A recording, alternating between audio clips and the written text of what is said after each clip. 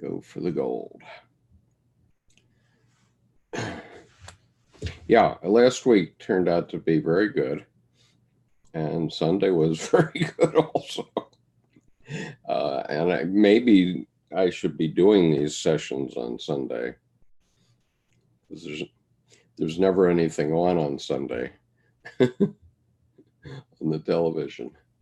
Yeah, that'd be a nice thing to do for sure. Yeah. Will you talk a little bit about what ACT is? A transform. What is it? ACT was that? It's called a community for transformation or of transformation. Yeah, maybe you can explain what that is. Well, it's a community of interested individuals who probably for one reason or another fell out of the churches. And so they've banded together to talk about spirituality outside the context of the churches and how we can have peace among all the people of the world, I suppose. So were they just using the Unity by the Bay for their meeting, or yes, they have a deal with Unity by the Bay, and just a second here. That's sort of like the Jungian Society of Calgary. They meet at a United Church. Uh-huh. Well, that makes good sense, of course, and someone in that group made a very large. Oh, wait a minute! I haven't started the. Okay, so someone in the group ACT, which is a community for transformation, made a very large donation to Unity by the Bay for a contract of something like 3 to 5 years. And the idea is that they can run whatever program they want there. So they run one regular program a month, and then they co-sponsor other programs. So they co-sponsored my program. Although this co-sponsorship was really for them to bring people into the session. And so that wasn't so large, but the around the world audience was very good. It was the biggest audience that I've had. Excuse me, the biggest audience I've had on any video, which was over 200 hits during the 2-hour period. And let's see, Deb said there was, at the high point, there were 33 simultaneous users, which normally we get 15 to 20. Typically, it's like 17 that are simultaneous users, right? But in a 2-hour period for this session, for example, we're likely to get maybe 100 to 150 hits, but yesterday we got over 200. And last week, during our Sunday session, we got over 150. And so the around the world community is quite large. The truth be told, the live audience at Unity was only 10 people, about something like 10. I didn't actually count them. But they stayed quite interested and didn't wiggle. They weren't bored, and they weren't struggling. And so they were very quiet. Yes, they were very quiet through the whole thing. And then, several of them did ask questions at the end. So, and they were good questions. I mean, they're useful questions. And they are publishing a book on November the 10th called Circular Leadership, which I mentioned at the end yesterday. And here's Nancy on the YouTube chat. Greetings, Nancy. Thank you for joining us tonight. So they have this book called Circular Leadership, and they believe, and I agree with them, that we have to do things as groups, which is what we're doing here. But first, we have to have individuals that see something of value that needs to be done. And so obviously, I saw that quite a long time ago. I started my website, archetypeinaction.com, 10 years ago. And I've been trying to get the message of Jungian psychology out into the world. And very honestly, I never really got very much out of my website. But as soon as I started doing the YouTube channel, you know, it's been steadily growing ever since, so that now we're over 7,000 subscribers on the YouTube channel. So that's very positive. And so Yeah, your growth is steady. You know, you're yeah, constantly adding more people as time goes on, which is really good. yeah, it seems like about 300 a month are coming on, and about 10 a day, roughly, is what I'm seeing. And I keep track of the stats, as you probably know, so I can sort of show you here. You know, here's my stats by day. And so let's see.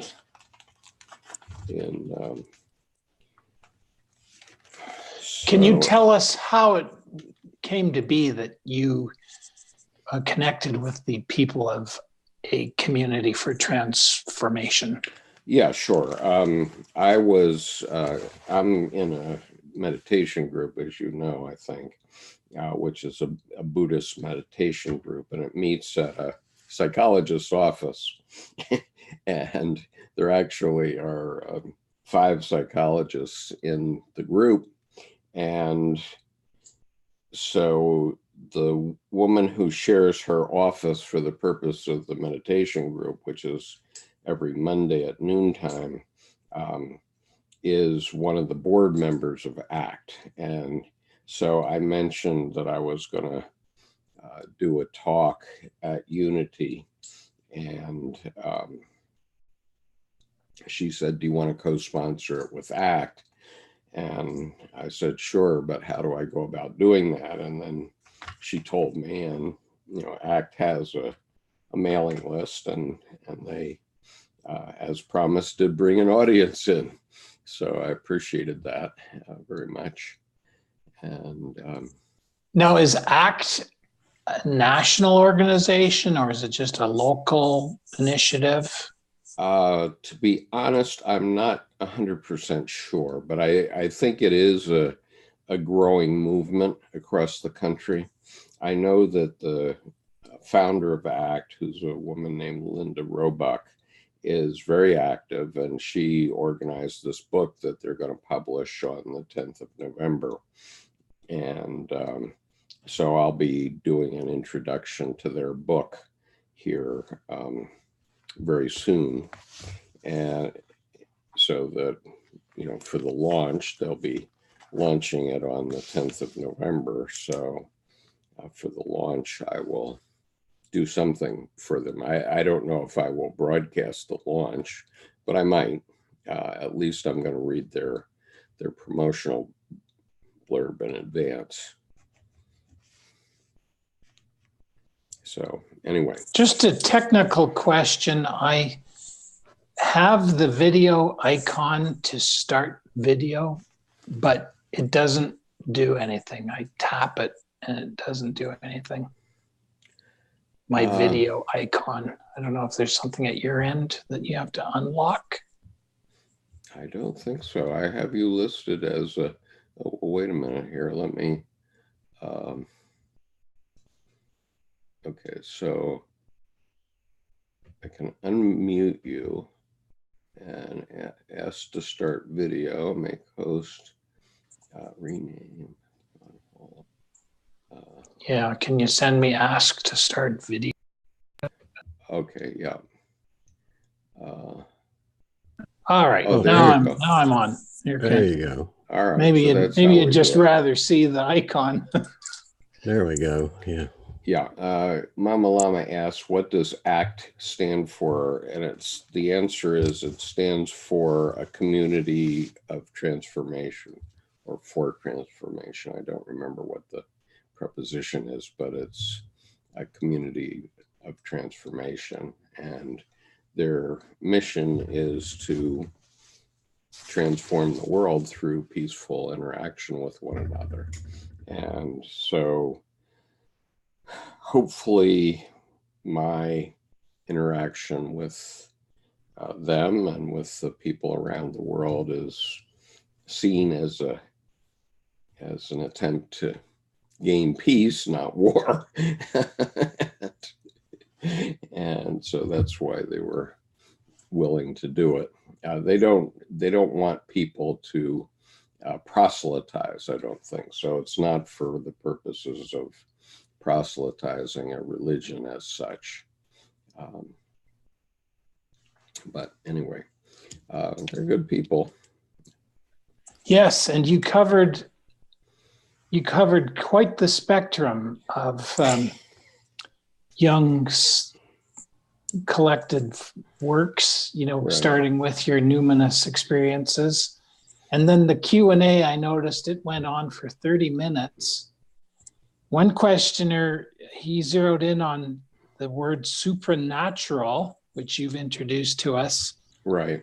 And, he was making the point that, indeed he sees that there's not any supernatural encouragement with respect to our children, to be encouraging for them to go with their heart, to listen with their heart. Right. Our education system is rational, Right. And that's, that's the terrible truth that we've made our lives into cardboard, basically, by making them extremely rational and really not appreciating the world, at least in my opinion. Yeah. Well, yes, you said, what our schools are doing is creating human robots. And Right. Indeed, that's what it is. We're pretty well. And in fact, I think if you look at the modern design of the, education system in the modern age, it was actually, I think, created by people from Ford or some, I forgot the industrial corporation that said, the schools should be set up like this, an assembly line that come in the front door and you push them out the back door. Right. Sorry, go ahead, Jerome. Oh, I was just going to say that, yeah, the gentleman, I think it was the first question that was asked, talked about synchronicity. And then you went into the supernatural versus the supranatural. And his description I thought was interesting. He said the supernatural was like the hunter-gatherer, that we hoard and keep things. And then he said the supernatural is really, he asked you if we're talking about a different way of living. And I thought that was an excellent way to put that. Well, yeah.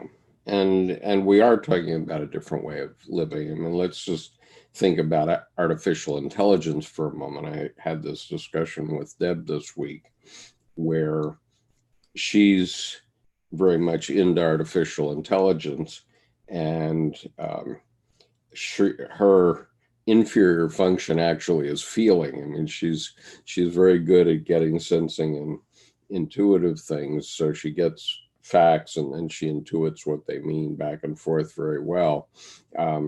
And she's a thinker, but and so therefore she sees artificial intelligence coming soon.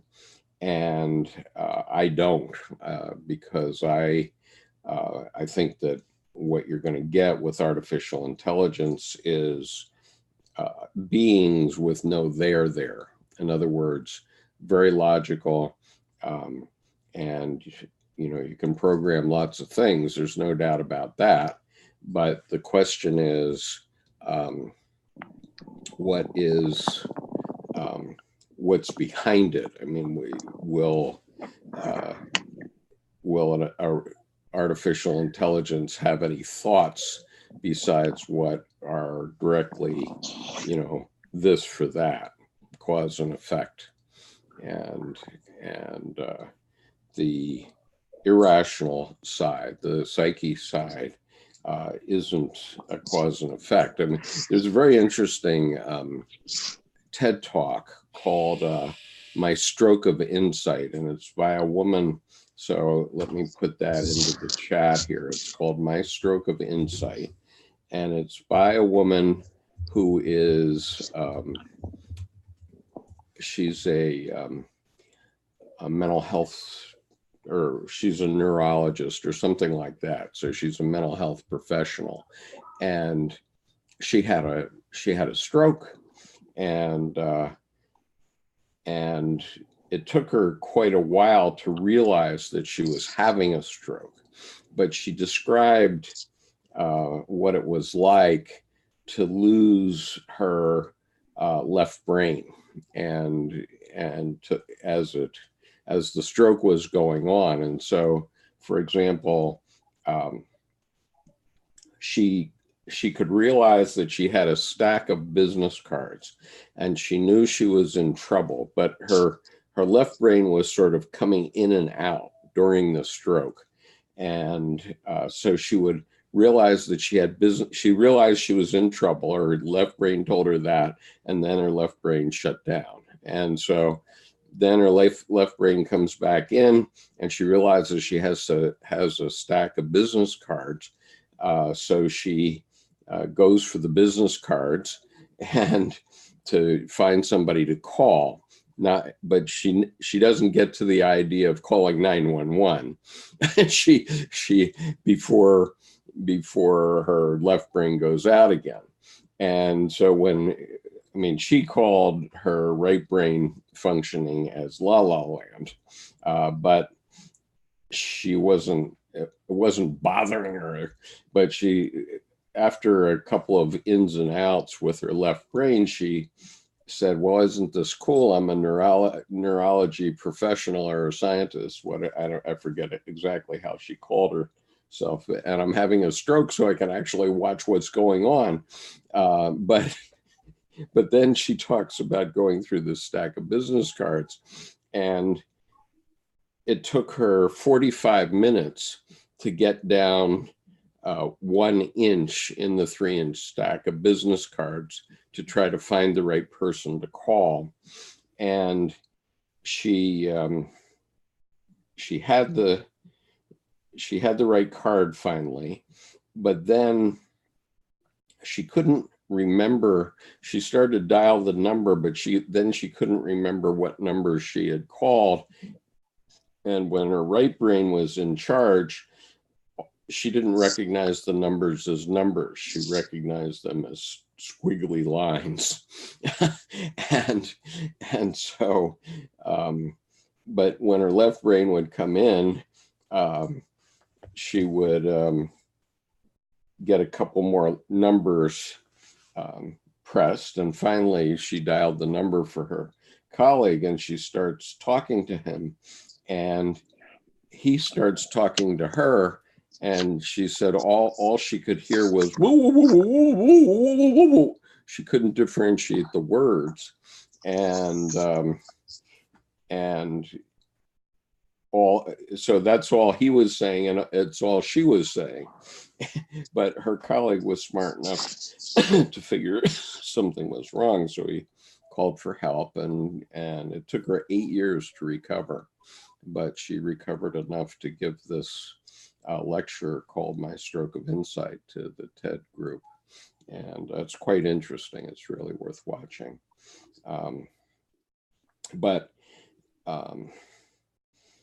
the point is that our left and right brains do different things, and we've been cultivating the left brain very heavily over the years. But the creativity part of our lives comes from the right brain, and so we have to figure out how we can get that cultivated again. Good evening, Craig. Thanks for joining us tonight. Hello. I think I don't know if I'm muted or not. Oh, no, I'm not muted. Okay, I'm going to mute myself. Okay, fine. Okay, thank you. Yeah. Okay, so comments on that.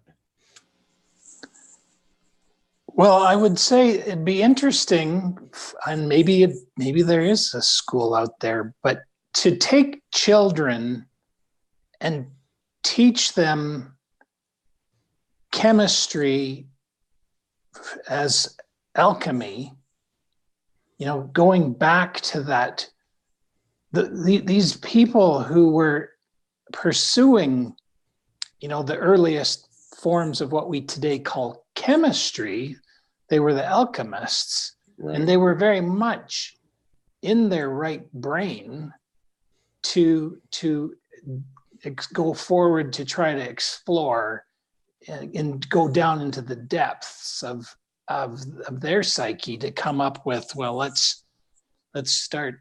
They were trying to find spirit and matter. Spirit and matter. Right. And how about spirit and numbers? Could we teach children mathematics by starting with the spirit of numbers? As Craig is often bringing forward, and yourself included, the myths behind some of these numbers, like 12 relates to time. So Craig, do you want to address that issue, or Jerome? Craig? Oh, well, Jung, right before he died, told Marie-Louise von Franz if he had another 20 years to live, he would go through the symbolism of numbers, and he said that it was one of the earliest archetypes that men or that humans found. Right. Because they were probably looking up at the stars when they first started to come up with these numbers, perhaps, and they were looking at the patterns of nature around them, petals and flowers. The decimal system came from 10 fingers, right? That was quite an extension of consciousness, because it used to be like 1, 2, 3, many. Yeah. And it was always if you had 3 things and you took one away, then you'd say there's 2 3 things and 1 3 thing. Or, if you had 2 things and you put one together, you said, I've got 2 2 things and 1 3 thing. I mean, it was the quality of the numbers was very much more important. So it was quite a leap in consciousness when they started to be treated more in the abstract and not as qualities. Yeah. So the question is, when will artificial intelligence reach abstraction, the kind of abstraction level that we've reached? It'll be a long while, I think. I mean, cause and effect is one thing, but to be able to abstract and come up with ideas around an abstraction, and ideas to the 3rd and 4th and 5th and 10th level, that's the question. Because well, it's your story about the woman who had the stroke is very illustrative, because Jung says in the Red Book something that's always struck me. He says, I stand above my brain from which I grew. I have become hard and cannot be undone again. No more do I flow back. So in other words, he was saying that his psyche was independent of his brain chemistry. And he told Miguel Serrano that too in 1961, that there was there were people in whose brains had been completely damaged during the war of Great War, the World War I, yet they still had dreams. So it's really a question of does our consciousness come from brain chemistry, or does it come from we're a radio receiving set and the signal is coming from outside us? You know, so I mean, that is I think it's both. Right.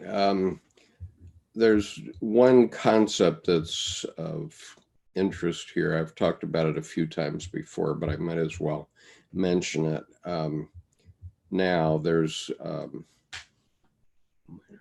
happened to it here? Trying to share my screen and it doesn't seem to want to do it. Just a minute. I'll just add, to carry on with the idea that Sir Isaac Newton, who is one of the great fathers of physics, Newtonian mechanics, he was doing his exploration because he was in pursuit of trying to find or understand God. And, again, an example of how the spirit of matter is what drove these early explorers of science. There's that heart knowledge that they were wanting.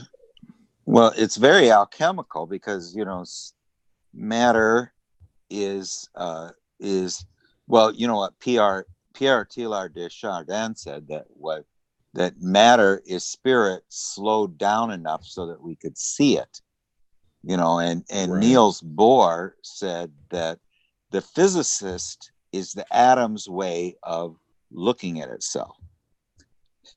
So the atom through created a physicist like Niels Bohr so that it could observe itself.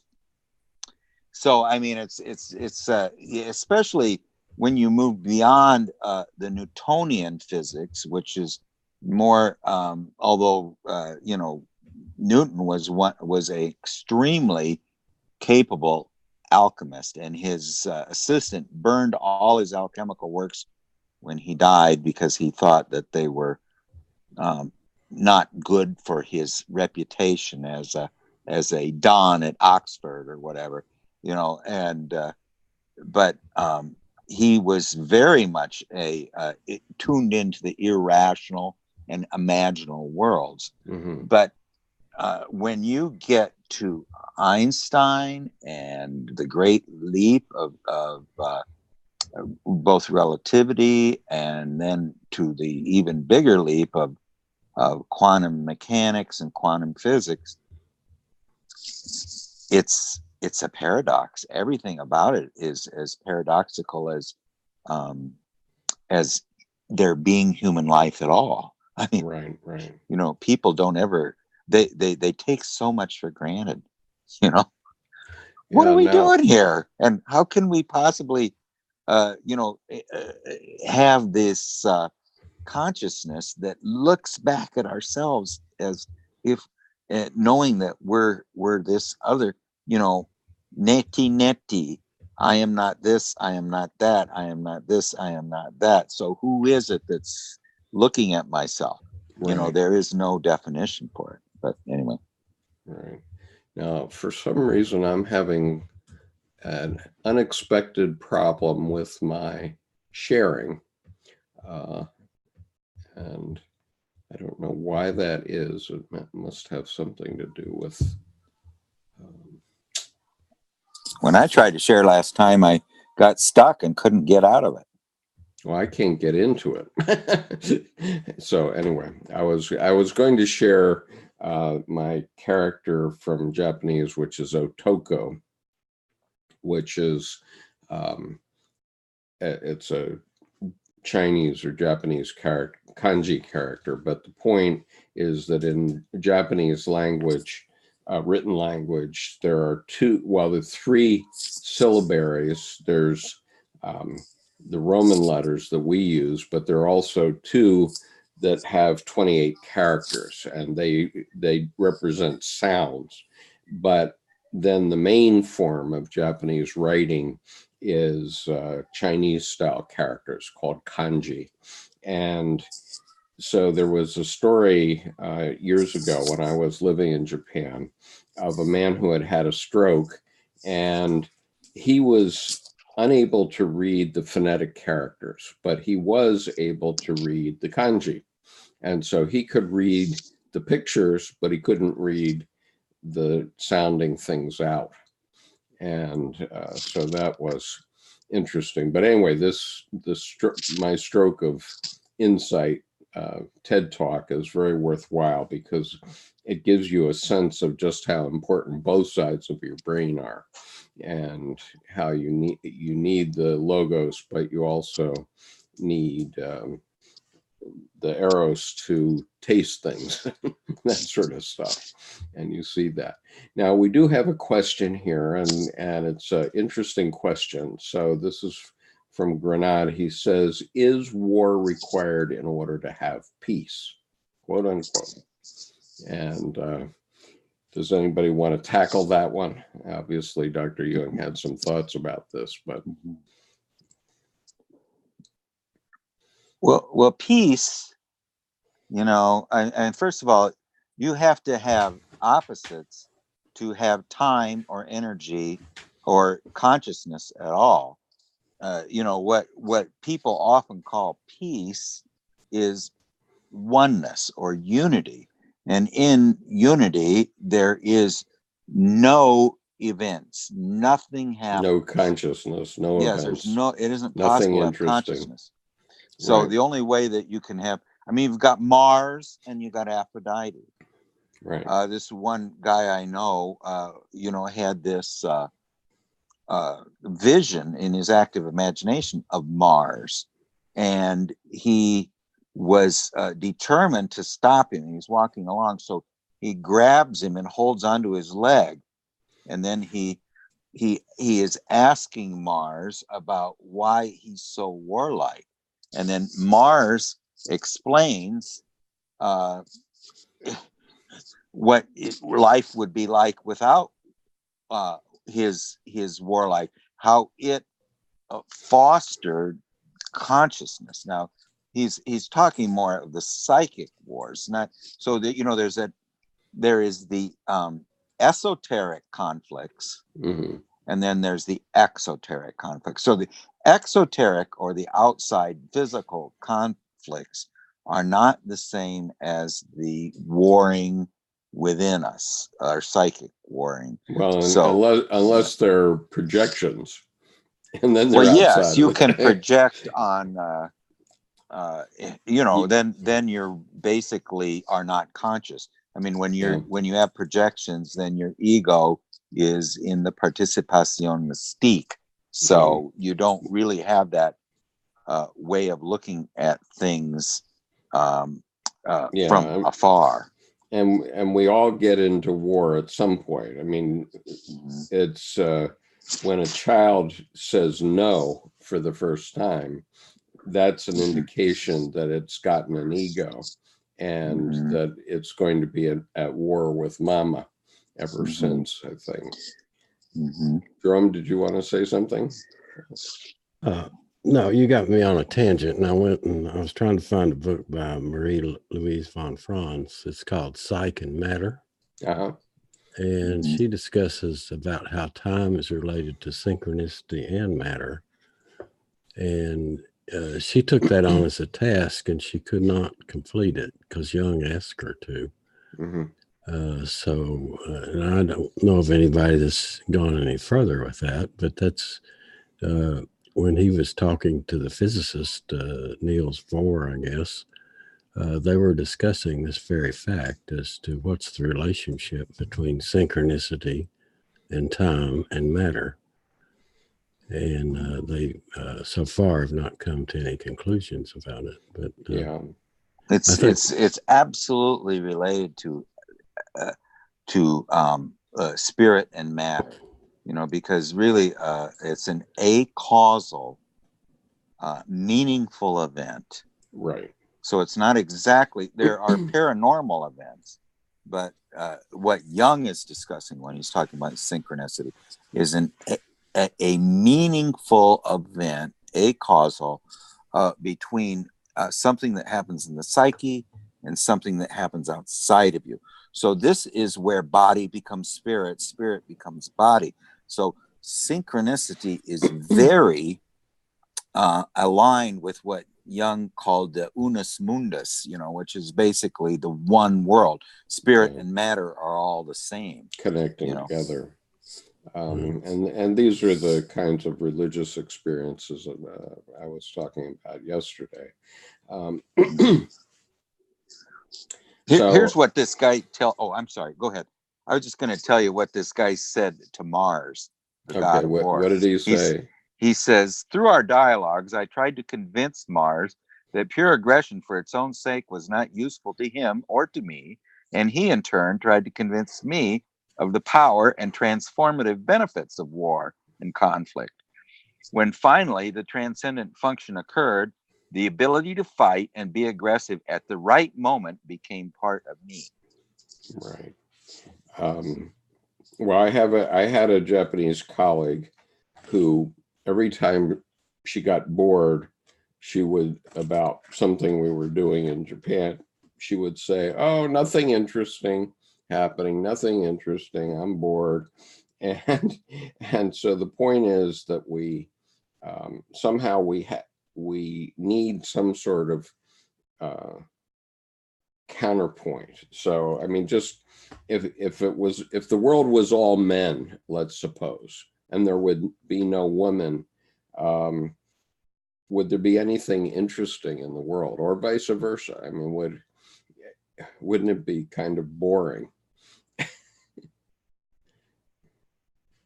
I mean, the whole idea of fascination is that there's you and the other. See, I mean, that was why God supposedly in creation myth created the world, is because he was so bored. I mean, Right. He wanted there to be a counter to himself, Right. but this is true of us, even that is supposed to be analogous to ourselves. In other words, that what is it about the ship that never goes out at sea, never gets stronger? I mean, the Right. fact that you fight against something. Yeah. What doesn't kill that's you not what a makes you great stronger. ship. That's not what a great ship is made for, right? No. A great Sitting ship in the harbor. Right. Sitting in the harbor is safe and snug, but it's not what great ships are made for. Okay. And it's not what human beings are made for either. And so there's a couple of things that are related to this. One is this quote from Jung that was never published. It's an unpublished letter that Gerhard Adler quoted, and it was also quoted by Nikos Kazantzakis in The Saviors of God, page 93, and he says, we discern a crimson line on this earth, a red blood-spattered line, which ascends, struggling from matter to plants, from plants to animals, from animals to man. And I would go further and say, from our fourth stage of consciousness up into the fifth stage of consciousness, where we have to look at the situation yet again. And so the conflict, we have to have conflict of some sort, or we're not going to get smarter. Dr. Edinger had something to say about this in the encounter with the self. He was referring to a writing of one of his patients, and the writing is called Going to School to Pain. I'll just read it to you. Pain says, if one would teach, he must first get the student's attention. I am an excellent attention getter. I am deep.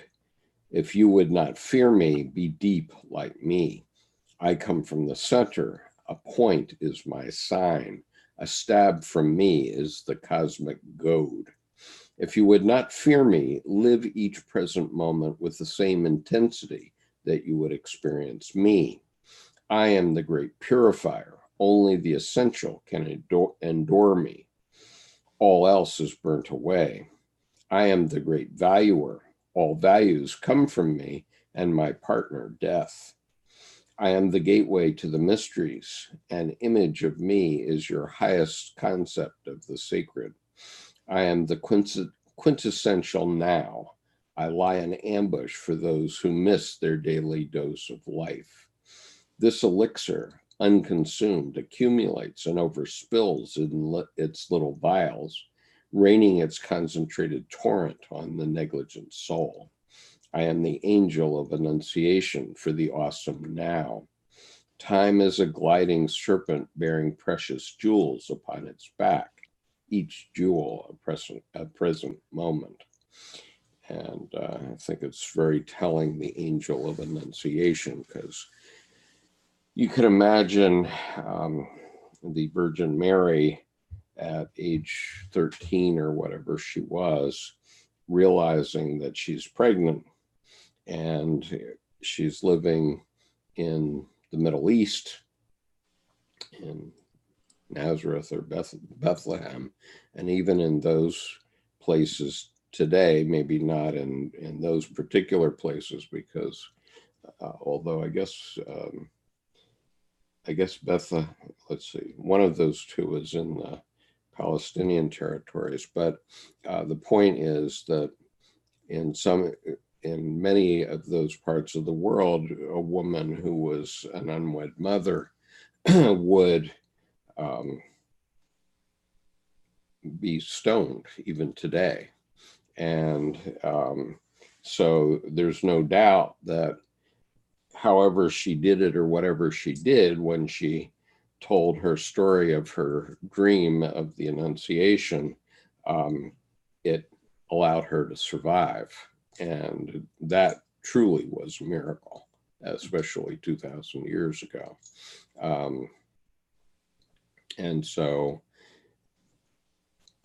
you know, the pain of having to explain this pregnancy is quite something, obviously. One thing that is interesting. I mean, I was listening to your videos, reading the Christian archetype, but when you read that part about the crimson line, it was so beautiful that I said, I can't just listen to this. So I had to turn it off and start reading it. But James Hillman said that Jung said that one can never be whole without redness. I mean, you start with the negredo, and then you move up to the ascent of the whitening as the prima materia gets closer to consciousness. It becomes white.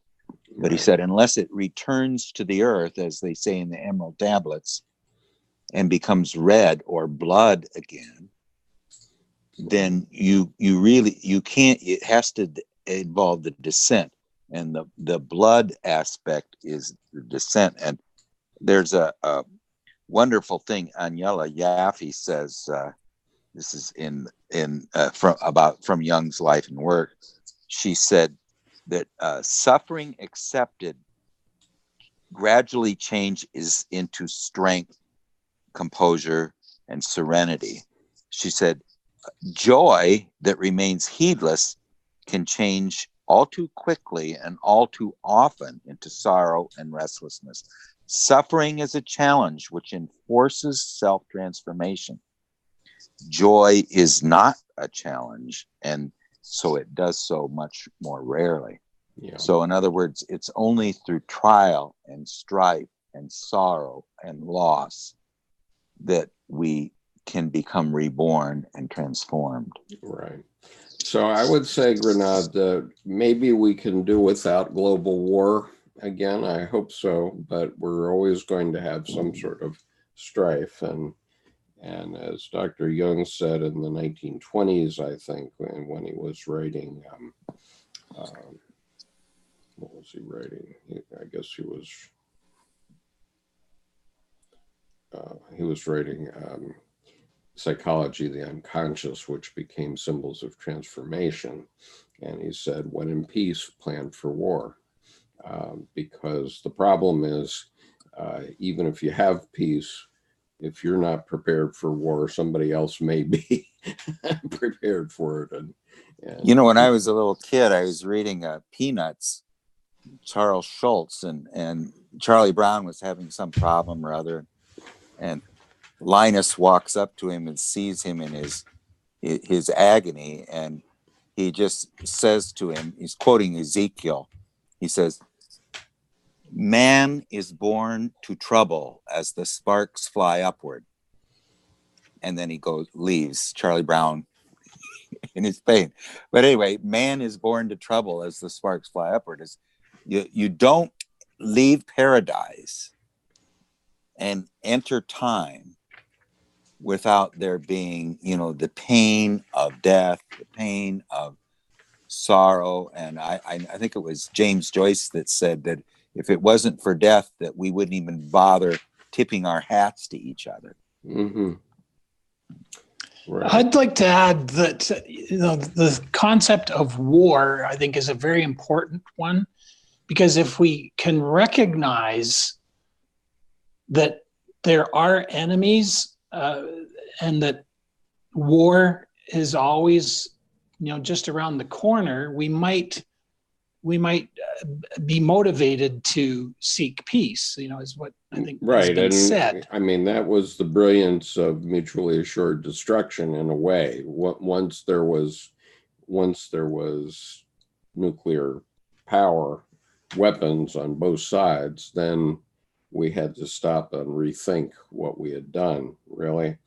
And I think we need to rethink just who our enemy is now, today on the planet. And sure. And it's still a form of nuclear war that we have to engage in. And what I'd like to say is our enemy is now the sun itself. Well, because that's nuclear. It's nuclear powered source of heat. And what we've been doing is, thinking of our Earth as Mother Earth, as someone who, a female body that we should be more appreciative of. She's being wooed by the sun at this moment. And, because we've been living in lust for the past 250 years with the Industrial Revolution. Right.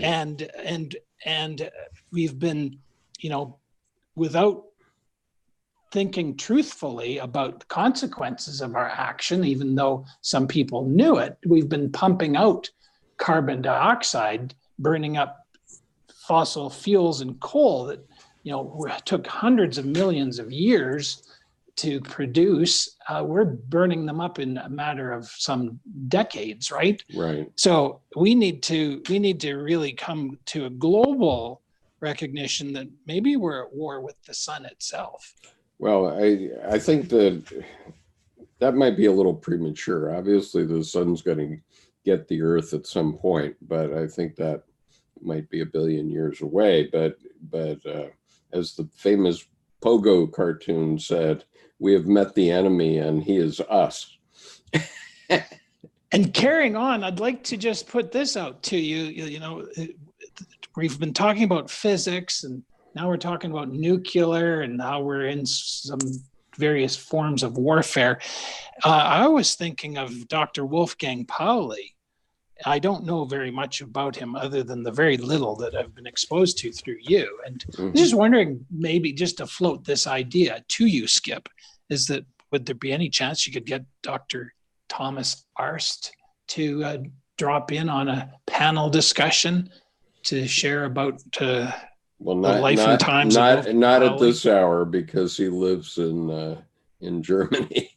But I would love to do it at some point, because Dr. Arst, and there is my interview with Dr. Arst and Dr. Stein on the YouTube channel and the interviews playlist, and it was really good interview. And Dr. Arst, among other things, comments that he has been working on this transition between Pauli and Jung for 20 years. He hasn't really, he doesn't, and he's a physicist. I mean, Dr. Arst is a PhD in physics, not psychology or philosophy.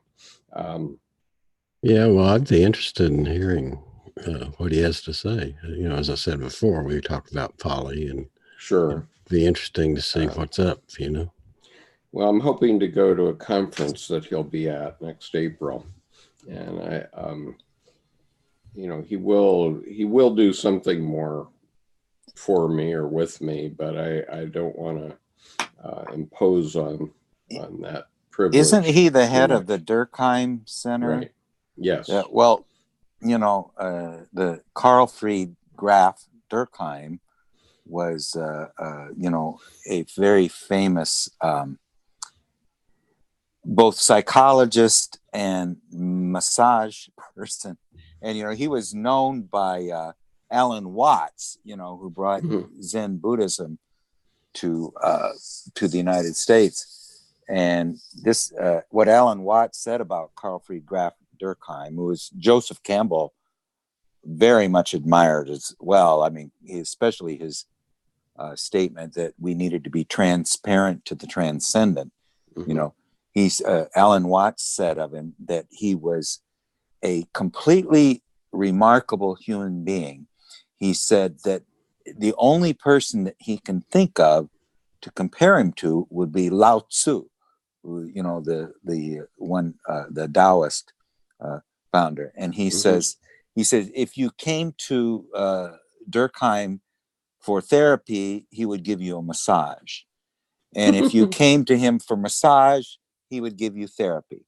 You know, I mean, it was just I mean, he just made him sound so wonderful. And so when I heard Thomas Arst was head of that thing, I really perked my ears up. Yeah.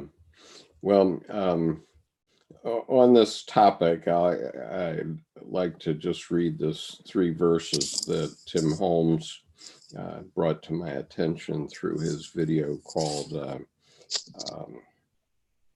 Visitation of the Muse. And in that, he had one printed sign that he showed in his video, and I looked up that statement, and I found the verse of the Bible, which is Ecclesiastes 1:16-18.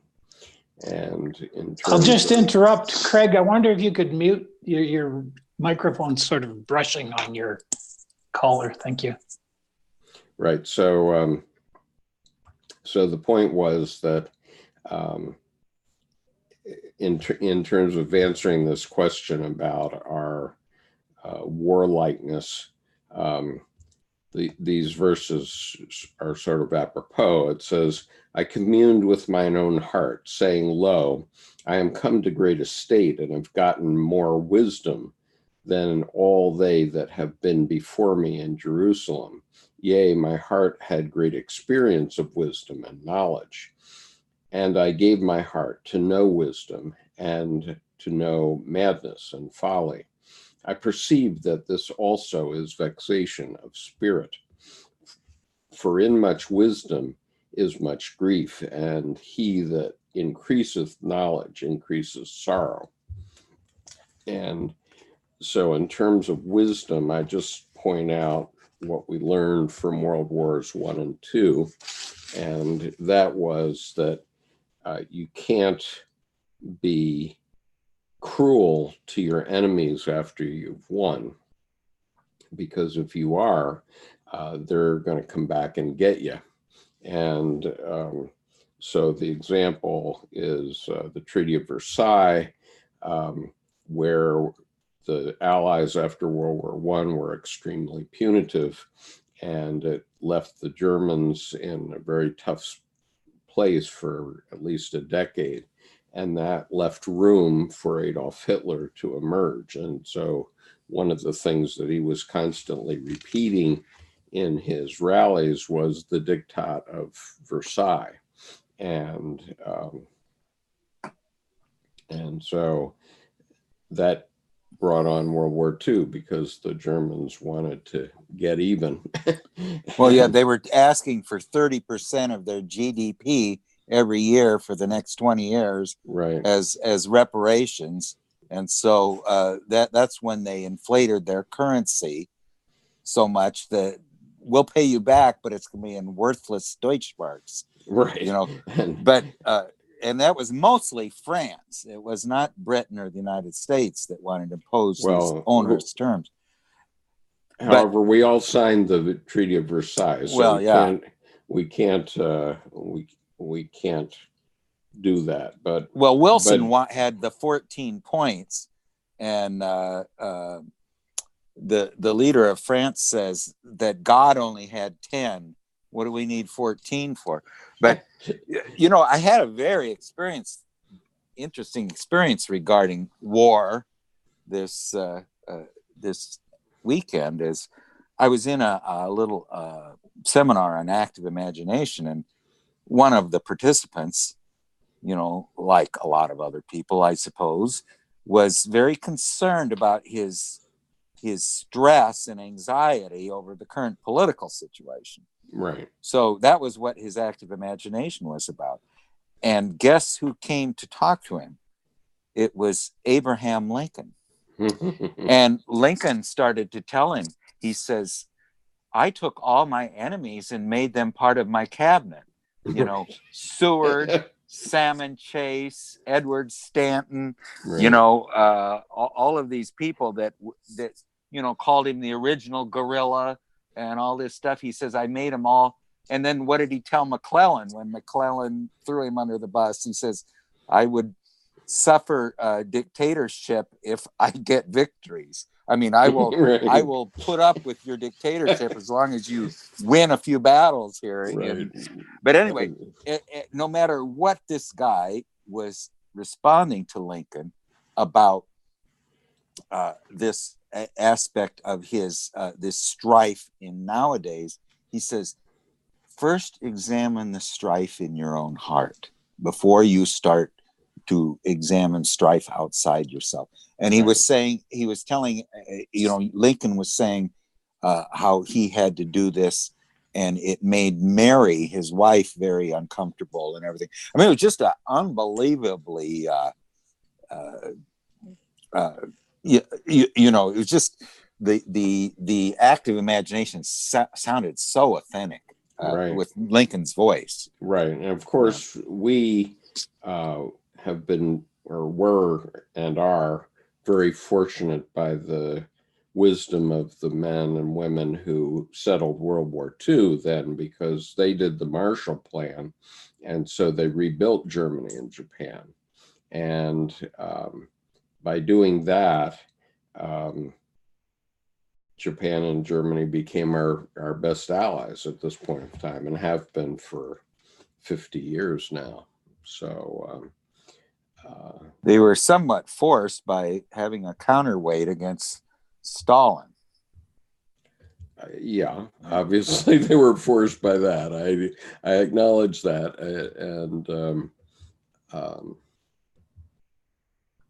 and so,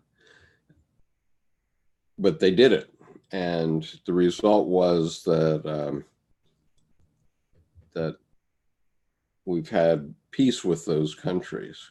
I'm going to try to share something here, but I guess not. For some reason, my sharing is not working. And okay, so let's go back to the chat here. Teaching of the Soul wants to know, what is the Holy Spirit and the Messiah resonance? Christ consciousness, the Logos, how can we embody the divine? Okay, well, that's partially the topic of the overall discussion for tonight. So let me set that aside for now, because we're going to get into arrest and trial and so on. And these things resonate in all of us. And that's one of the key aha moments that we all have to have is that the events of the Bible, both the New Testament and the Old Testament, are actually events in everybody's life, even today. And, we've been teaching them as if they're only about the ancients, but they're not. And they're only about Christ, but they're not. They're about all of us. And I don't know. Do you have a comment on that? Jerome, do you have Well, I think he said, how can we embody the divine? And, if we address that, you need to look at it that we already embody the divine. We just need to find it. Yeah, we all have a sliver of the divine within us. Yes, and what your Jungian psychology is about is to uncover that, because right now it's contracted, and you need to investigate the logos, which is causing the problem, right? Because it's masking that particular eros function, right? And so that's kind of what the subject is about, and you'll go through the stages that Edinger is talking about. Sure. And this cycle is over and over. It's not just one time. You keep going around. Everybody. Right. Everybody. Now, Mama Lama here says, Craig, I think this was you reading. She says, read that again. The Jung quote, I stand above my brain, or whatever that quote was. Could we read that once more for her? I'll find it in just a second. If you just give me it'll. Okay. Meanwhile, Grenade says a lot of tech AI futurists lean toward the idea of transhumanism. Not sure if that's a good thing.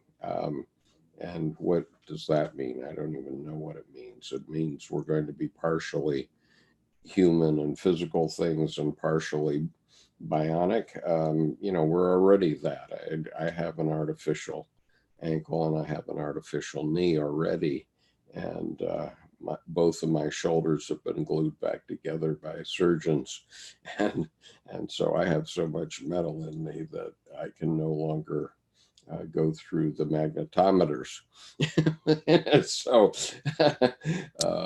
but that metal doesn't think. Only I think. The physical, fleshy part of me is the part that thinks. Well, this is from the Red Book, and it's in paragraph 168. Jung is talking about the difference between his personality number 2, his third center of awareness, which is not his ego anymore. Yeah. Which version of the Red Book at page 168? Is this the reader's? It's paragraph 168. So I'm hoping that's not a page. No, but the Red Book doesn't. Okay, have so it'd be the pages. reader's version. It'd be the reader's version. Okay, yeah. So in the reader's edition, page 168. Okay, and he says, I stand above my brain from which I grew. I have become hard and cannot be undone again. Mm-hmm. No more do I flow back. And I'm assuming no more do I flow back into my brain. He's standing outside of the brain. Right. And this is also this wonderful discussion with Miguel Serrano. He talks about this too, that his psyche is not related to brain chemistry. I mean, it transcends it, and anybody with any objective notion, it's impossible really to have this element of looking back at yourself without some type of a divine perspective, eternal. Are you related to something infinite or not? That's the crucial question. Right. Okay, so Info Overdose says, what books do you recommend from Edinger? Well, my answer to that is all of them, but I'll put in sort of rank order in terms of Jungian psychology and understanding generally. First, you have to go to ego and archetype, I think. And then you have to read Transformation of the God Image, and then the New God Image. And then these two books that I'm currently reading. One is The Christian Archetype, which is a Jungian commentary on the book on the life of Christ, and the other is the Bible and the Psyche, which is the Old Testament discussed in the context of individuation. But Jerome, yeah, ego and archetype is probably the best place to start. That's where I started, and I found that to be very valuable, and refer to it often. So, right. I don't think you're going to find. I mean, ego and archetype is wonderful, but it is wonderful, not but. However, this book on the Christian archetype, I have never read Ettinger more profound than he is in profound. This very short little book here. Right. Yeah, that's true. Yeah, right. Really. Okay, so it's 9:05. We should start to go through these sections, or we're not going to get through it. And next week I have a Sammy session, so anything we don't get to tonight, we have to do 2 weeks from tonight. Because usually I can't keep up with the chats, and we definitely don't have a panel when I'm at Sammy's.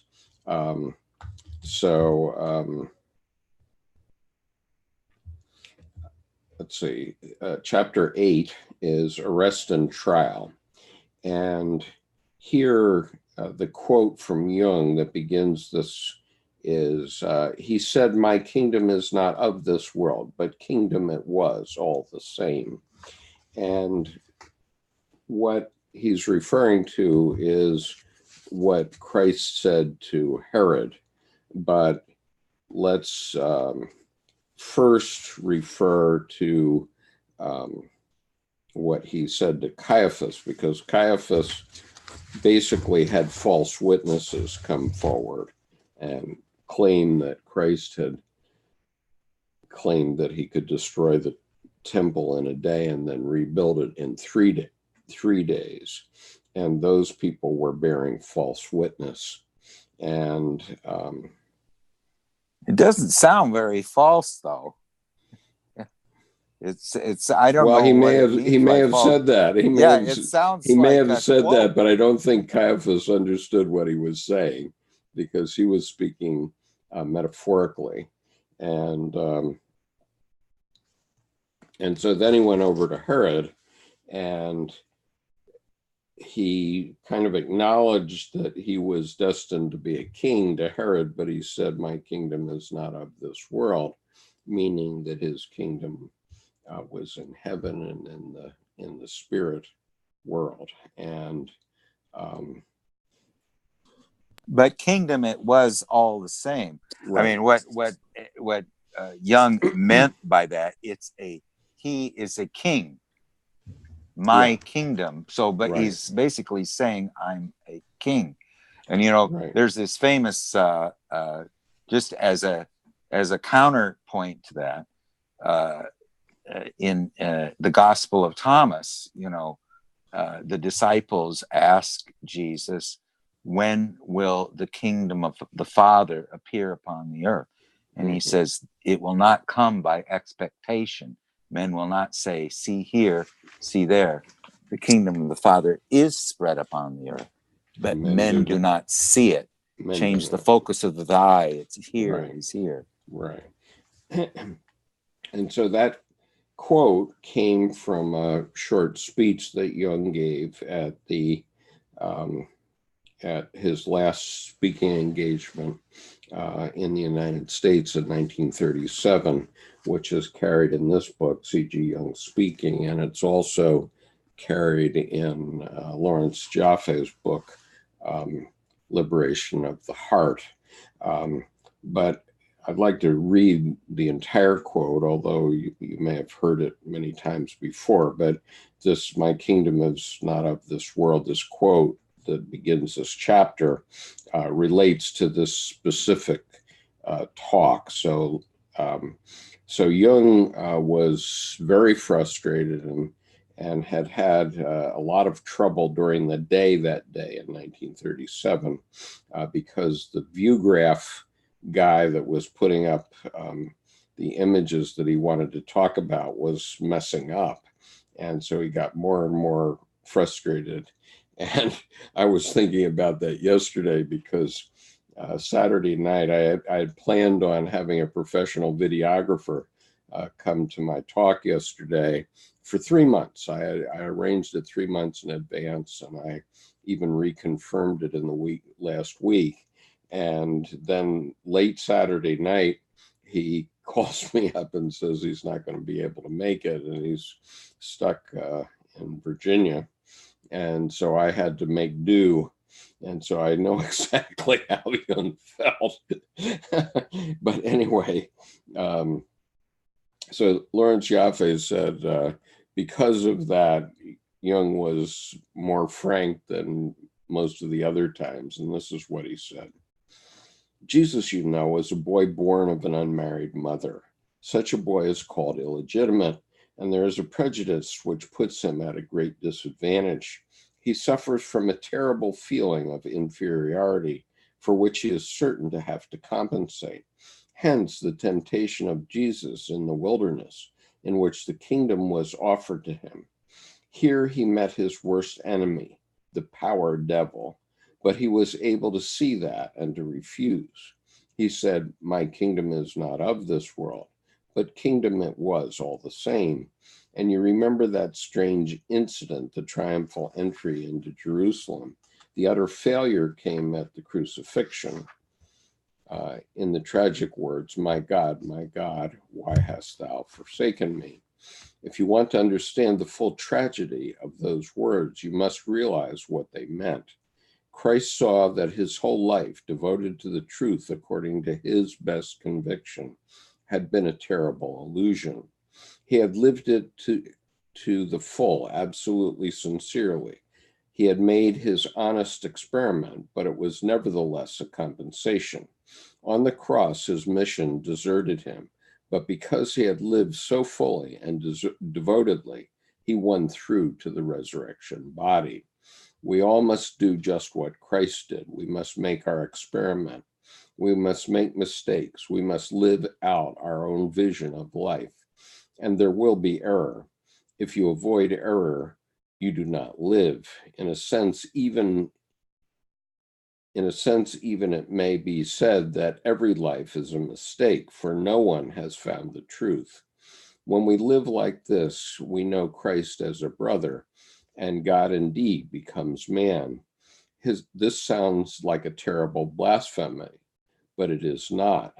For then only can we understand Christ as he would want to be understood, as a fellow man, then as he would want to be as a fellow man, then only does God become man in ourselves. This sounds like religion, but it is not. I am speaking just as a philosopher. People sometimes call me a religious leader. I am not that. I have no message, no mission. I attempt only to understand. We are philosophers in the old sense of the word, lovers of wisdom.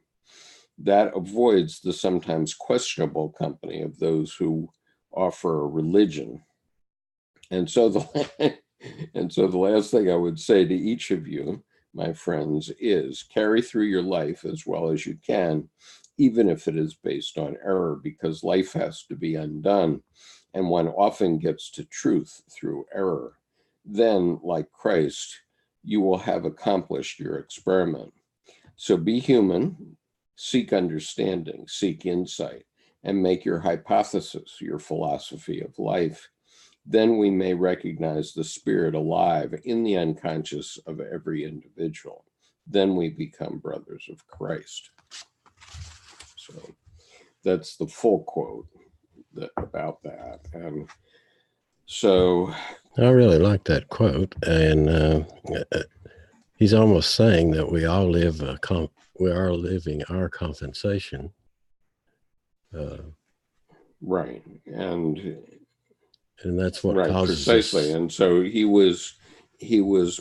felt put upon as a child because he was the child of an unwed mother.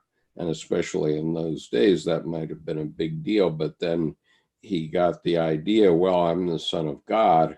And he started to do things according to the prophecies, okay, that were in Elijah and Isaiah and various other places where the prophecies had been stated. And so that was the point of the entry into Jerusalem, where he entered on a donkey, because that had been predicted, I think, by Isaiah.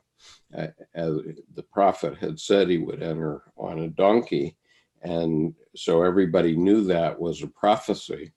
And so he told his disciple to go find the man that has a donkey with a foal, and bring that donkey to me, and just tell the person the Lord has need of it, and which is what Isaiah had predicted. And so what Christ was doing was living out the archetype of the Christian story as predicted by Isaiah. And he was doing it quite intentionally, of course, and people went along with it because it was predicted, and it was archetypal from the point of view of first 33 AD Jews. One of the beautiful things about this book, The Christian Archetype, is that Edinger is always looking at the divine drama in the psyche, and he's not trying to link it to any supposed historicity of Jesus or Jesus's life. I'm sorry, say that again. I okay. got distracted.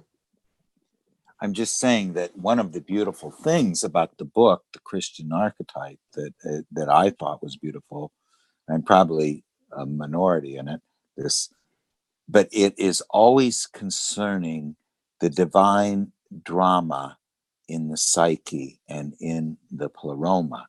It is not trying to treat all of these events as something that happened historically in time.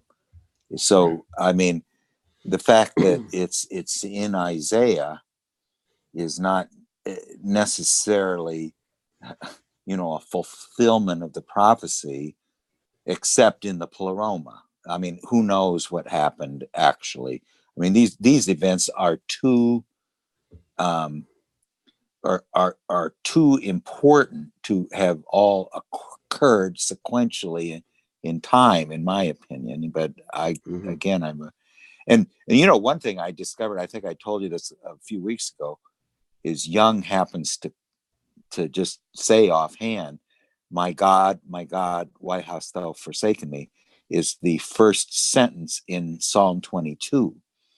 Now, knowing that, at least myself knowing that, gives a totally different flavor to that statement by Jesus. It doesn't sound quite so lonely and alone anymore, because he's quoting Psalm 22. He's actually living out the prophecy again.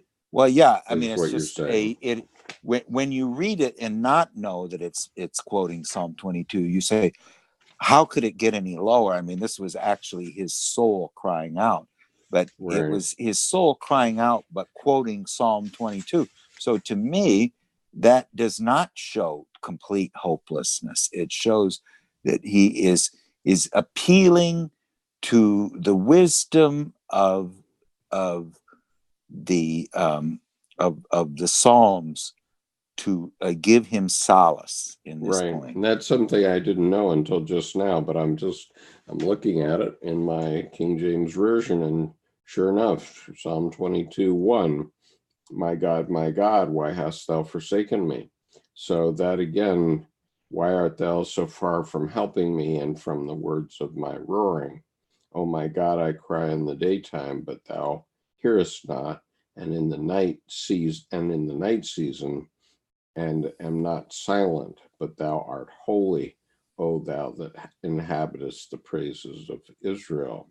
So again, even in that, and I never have heard that before. So it's interesting that Jung didn't mention it because that, or even Edinger didn't mention it because that Gives a too. different flavor to that Yeah, you're statement. right. You're I mean, absolutely it's right. more, it rather than a cry in the utter darkness. It Right, is a hearkening back to the hope that was in the Psalms. right, and it was living out the archetype intentionally, right? Again, so that's very interesting. Thank you, Craig, for that. Had you ever heard that, Jerome, before? No, and I appreciate Craig's point of view here, because I'm looking at the Edinger story as being circular around a certain sequence of events. And when I think about it the way Craig is talking about it, is another different perspective. So thanks, Craig. Right. Somebody is asking, what book am I referring to? I'm referring to this book, The Christian Archetype, a Jungian commentary on the life of Christ. So Nancy has added a statement here. She says, I think it's important to realize that at the end, Jesus said, into your heart, into your hands, I commend my spirit. So he was sort of I think what Nancy is saying, and Nancy, you're going to have to correct me if I'm wrong, but it seems like what she's saying is that Christ was acknowledging that God the Father was the man God, the man part of the man God was giving his spirit up to God the Father. I guess that's the point. I hope that's what you meant, Nancy, but if it's not, please let us know. Okay, chapter 9. Let me go to flagellation and mocking. That's chapter 9 of this book. And in this, at the beginning, Dr. Jung says, the divine process of change manifests itself to our human understanding as punishment, torment, death, and transfiguration. And basically, that's the school of pain that I read earlier, which is that all of us are beaten up one way or another, and we all suffer pain. We all learn painfully what the truth of human life is and what its beginning and its end is. And basically we have to feel that pain until we accept it, because that's the way it is. I guess that's the point. And so yes, Christ was whipped and mocked, and so are we all. It's supposed to do something about, I think, that this is very related to dreams where there's no exit, or to the fairy tale where how do you lift the curse? I mean, to me, it's saying to us in a kind of a stark and very unpleasant way, but it's saying the same thing as the ego can't help you now. So how do you find your way out of this? It's Right. not through the ego anymore. Right. It is you need. So the ego's being he calls it very Edger, the utter degradation of the ego mortificatio process, is the mortificatio phase of individuation. In other words, it is the symbolic death of the ego. Right. So there's the symbolic death of the body. This is the symbolic death of the ego. Right. So Info Overdose asks a relevant question, which is, do you think the God image existed before the major religions? I have an opinion, but go ahead. Jerome, do you have a thought about that? Well, when you say God image, I mean, if you look back through history, there's been all sorts of God images that people have conjured up. So which one are you talking about? Well, the God image in the Jungian sense is the self, or the greater personality, I guess. And well, Jung quotes Tertullian pretty often. It says Christianity always has existed. It only was called Christianity after the Christian myth, but it was always with us. So, I mean, the whole idea is, in every culture, in every place, if you go to the Inuit Eskimos or the Polynesians or the African Congo or North Africa or the hunting plains of North America,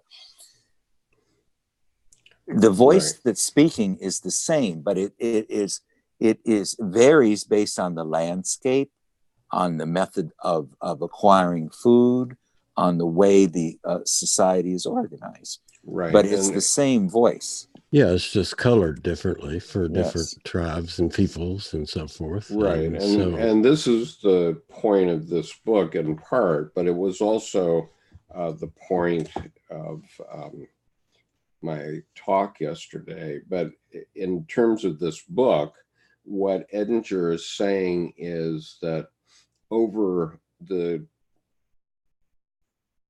2,000 years since the time of Christ, humanity has chosen what the archetypal events are of Christ's life, the main cycle. And we've chosen it by the things that we paint or we talk about. I mean, obviously there's lots of talk about virgin birth and so on, but and that to me is explainable by the fact that all religious statements are statements of the psyche, not statements of the physical world. And it's the second birth. The virgin birth is the one that occurs without there being a biological aspect to it. The virgin birth is the birth of the second Adam within us. We're the first Adam. The second Adam, or the second birth, is a virgin birth. This was the same as the Buddha and everything else.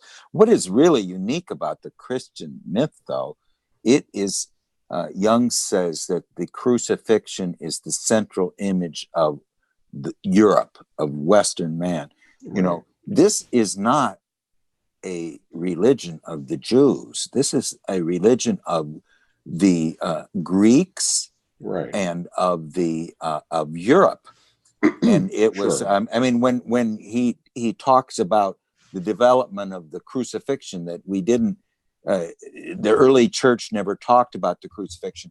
That you only started to see Christ on the cross in the realm of Charlemagne, you know. So I mean, the Christian myth as it has come down to us through the Catholic Church, through the Eastern Orthodox Church, and through Protestantism, is the religion of Europe. It is the outer religion of Europe. The organic religion of Europe is alchemy. Right. Okay. So also in answer to Info Overdose here, I addressed this yesterday in my talk, but one God image that has been accepted all over the world is the mandala. And as I demonstrated yesterday, not only has the mandala appeared in human terms at least 50,000 years, because I showed a mandala that was found that's 50,000 years old in Kimberley, Australia. But then I pointed out that there are, in the 1990s, mandalas were discovered on the seafloor in the Sea of Japan. And it turned out that the mandalas were being created by pufferfish, or the fugu fish is in Japanese cuisine. And that fish separated from humans biologically and evolutionarily about 200 million years ago. So long before the time of Christ, way long.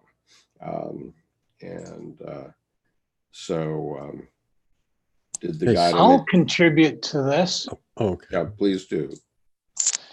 So my perspective, the way I'm seeing things today, and I'll predicate this with saying I totally believe I know in Jesus Christ.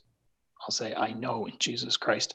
Having said that, though, I will propose that there's an ideology of Christianism, if you will allow me, an ideology that doesn't accept that there is the God image in other people at other times. Mm-hmm. And I don't see that the Bible actually, or Jesus ever said, make a religion out of me. And right. So, and so we have to remember that the Bible was put together in 325 AD. You know, what do you remember from 325 years ago? Right. Yeah, and I'd just like to quote, like Paul Vanderklay, totally respect Pastor Paul Vanderklay, but recently in his excellent video, Western secularism is Christianity light, he says. Mm-hmm. And he at one point he says that the story is Christianity. He's really very set, like so many theologians are, that the only story is Christianity. And he goes to on to say it 2 hours, 3 minutes, 55 seconds. And I'm quoting him, he says, all of this comes by Christianity. He was saying secularism comes by Christianity. Humanism comes from Christianity. Environmentalism comes from Christianity. Well, they all come through the Western civilization, right? Well, no, my perspective and encounters with First Nations, Indigenous peoples here in my local area, I'm very convinced that they already had a concept of agape love. Sure. And so you're quite right to be, skeptical about Paul's insistence upon Christianity as the Christian religion. But here what we're saying is that the Christian religion is pointing out archetypes that live in every human being. Okay, we just haven't recognized it, or most people, not only Paul hasn't recognized it for himself with respect to Christianity itself, but he hasn't recognized that it's also in all Muslims, and it's in all Hindus, and it's in all Buddhists, and it's in all the First Nations also. Yeah, it's in all the stories, the archetypes in action, to quote you in your website. But I mean, right. That's what's happening. And I don't know if when I say what I just said, if people think I'm diminishing Jesus Christ, I'm not. In fact, I would propose that I'm actually elevating his message to, I'd say I'm consistent with what he wants us to be is agape. And John Vervaeke does an excellent presentation a couple of years ago on mind matters, and he talks about how we've got to move from eros to agape. And I'd say we're actually we're as humanity, we've fallen into kind of a lust attitude, very low level Well, consciousness. it's all logos, and what he does is all logos, and the same He as does, but I think if we give him time, I think he's going to bring it around to agape, the concept of agape. And I'm quoting him, he says, agape is all about creating good lives with people and community. okay, and that's Eros, right? That's Eros. So Right. and anyway, I just think that Right. the Christianity was never Christianism, which I would say is what we have, this ideology of exclusivity, is not in keeping with the message of the Bible.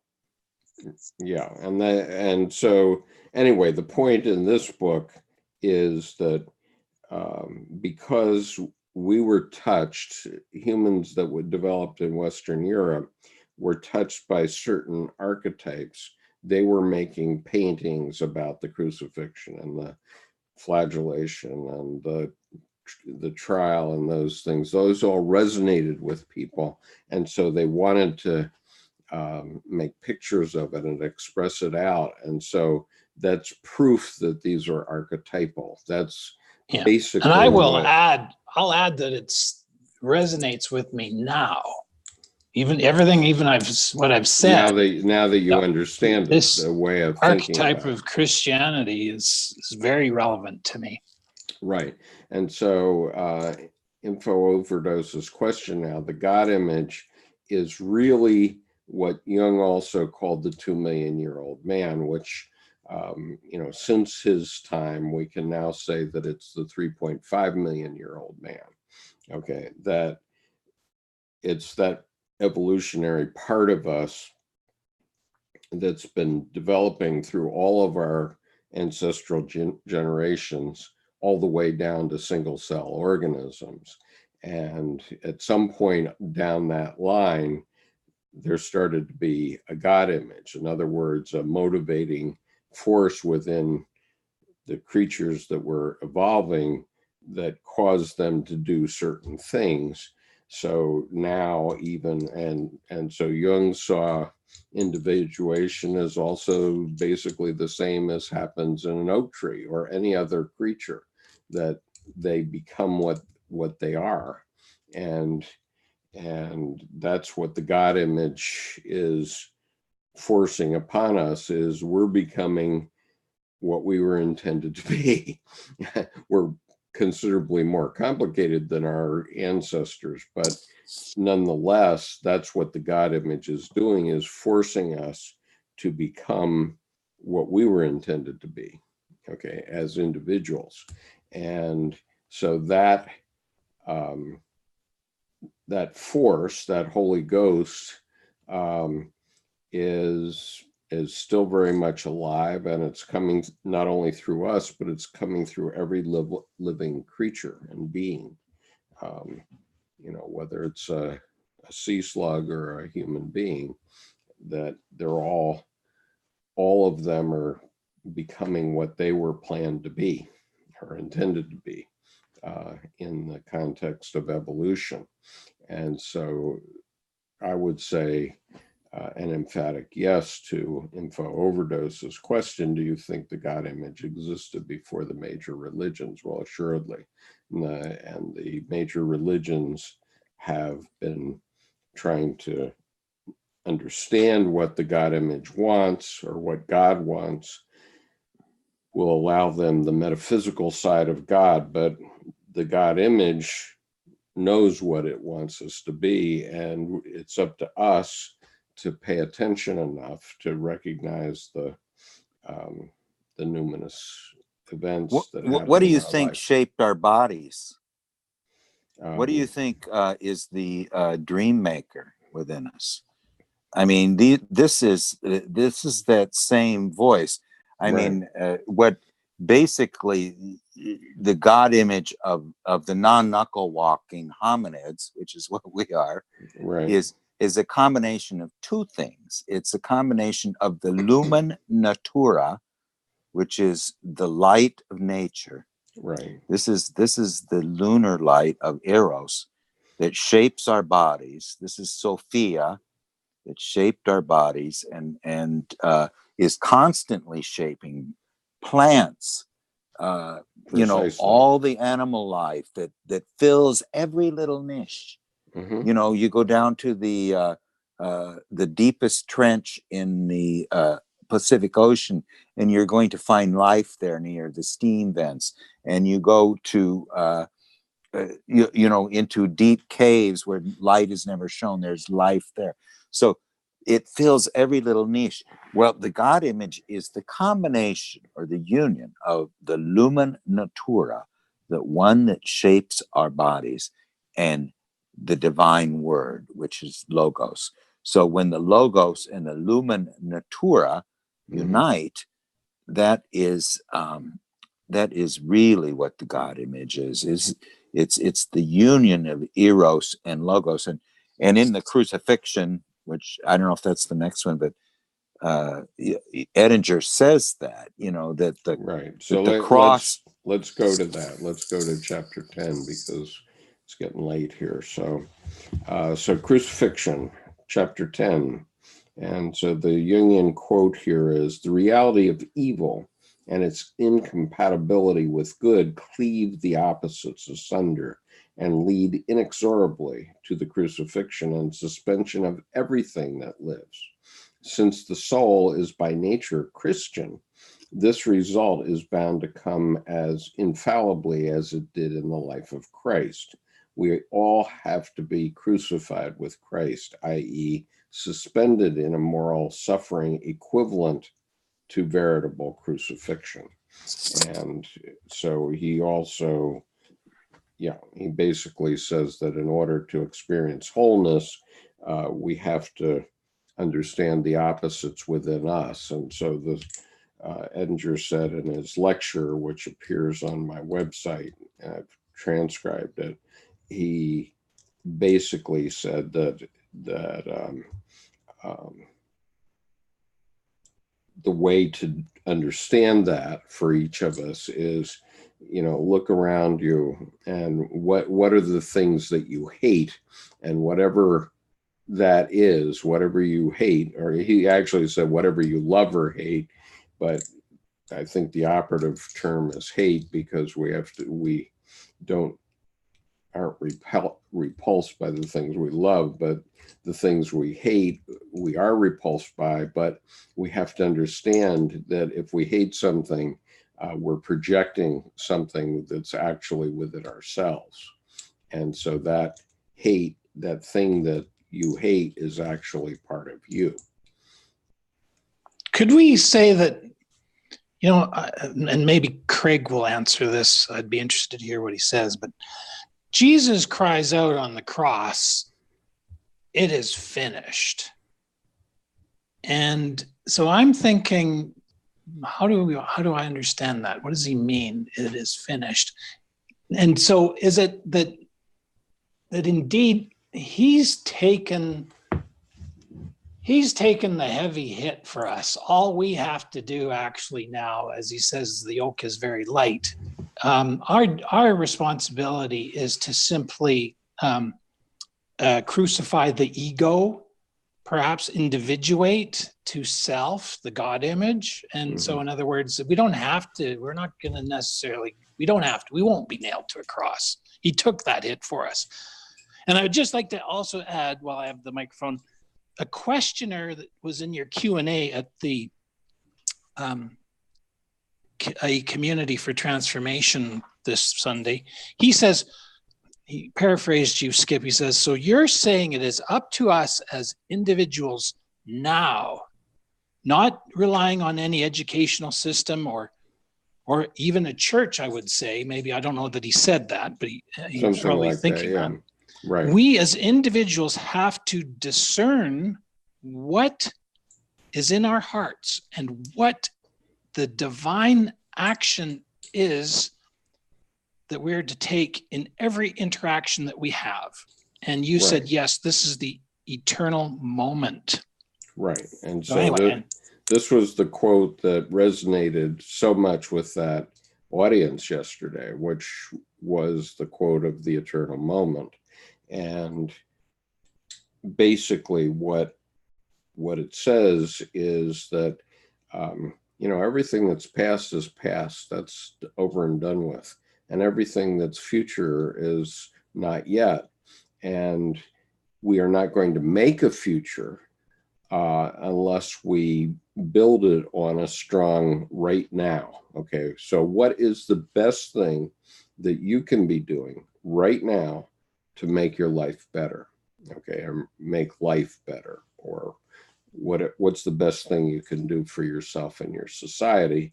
And it's not what you can do next week, it's right now. What is the thing that you're going to choose to do in the next 5 minutes that will make the world better, or your life better? And so that's the eternal moment that he talks about, and which I quoted a couple of times in that talk yesterday, right? Well, and I think you need to let go of the restricting beliefs that you may have that are preventing you from doing that. Right. Precisely. You have to make your own decisions. And even, we've been talking about the opposites and how there's psychic energy in that. And Christ said, and it's in 1 John 4:1, you have to test the spirits, and one spirit is going to be evil and one's going to be good, and you have to choose for the good. And God, someone was offended on the chat yesterday because he said, well, isn't God totally good? And that was the fundamental thing that Jung was saying, well, no, because, what do all the Christians who were killed by other Christians during World War II think about that, right? So yeah, that's just not true. It's not true. And so God is not totally good. God has got both evil and good in him. And there's two spirits coming through. And you have to be mature enough to select from the good. And God is only good to the extent that he can manifest his goodness through people who choose for the good. Okay. Now, there's good news. Okay. The good news is if you look at all the things that we can see in all these images of ourselves, everything that you can see was based on choosing for the good. Even us, our fathers chose our mothers, and if they hadn't chosen our mothers as a good thing, then none of the four of us would be here, nor any of the viewers would be here. And so we're always choosing for the good. We don't go to Best Buy or the grocery store or any other place and choose something that's bad and that we don't want, right? we only choose good things.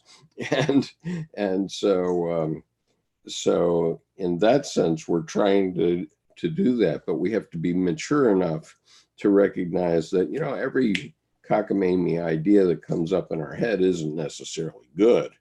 Okay. And that's the point. And so when you hear things that people are saying on television or whatever they are, they're not necessarily good. And, everybody, even mass murderers with AR-15s, which we hear about often in the United States, okay, those are bad people, but it isn't that they were only bad. It was also that they, somebody slighted them or something. If you go back to the, Columbine shooting, everybody was slighted. All these mass murderers were, went postal more or less. Okay. They were slighted by their coworkers or by somebody else. And so that was people that were somehow playing their own yayas out on this person. And that that builds up and builds up and builds up until they go postal. And so we have to understand that if we don't want mass murderers, that we can't treat people at work like they're nothing. Because if you treat people like that, that will build up. And you have to give everyone respect. Well, and that goes for the bullying too, because that is a major thing that's going on. Online bullying and all sorts of things going on.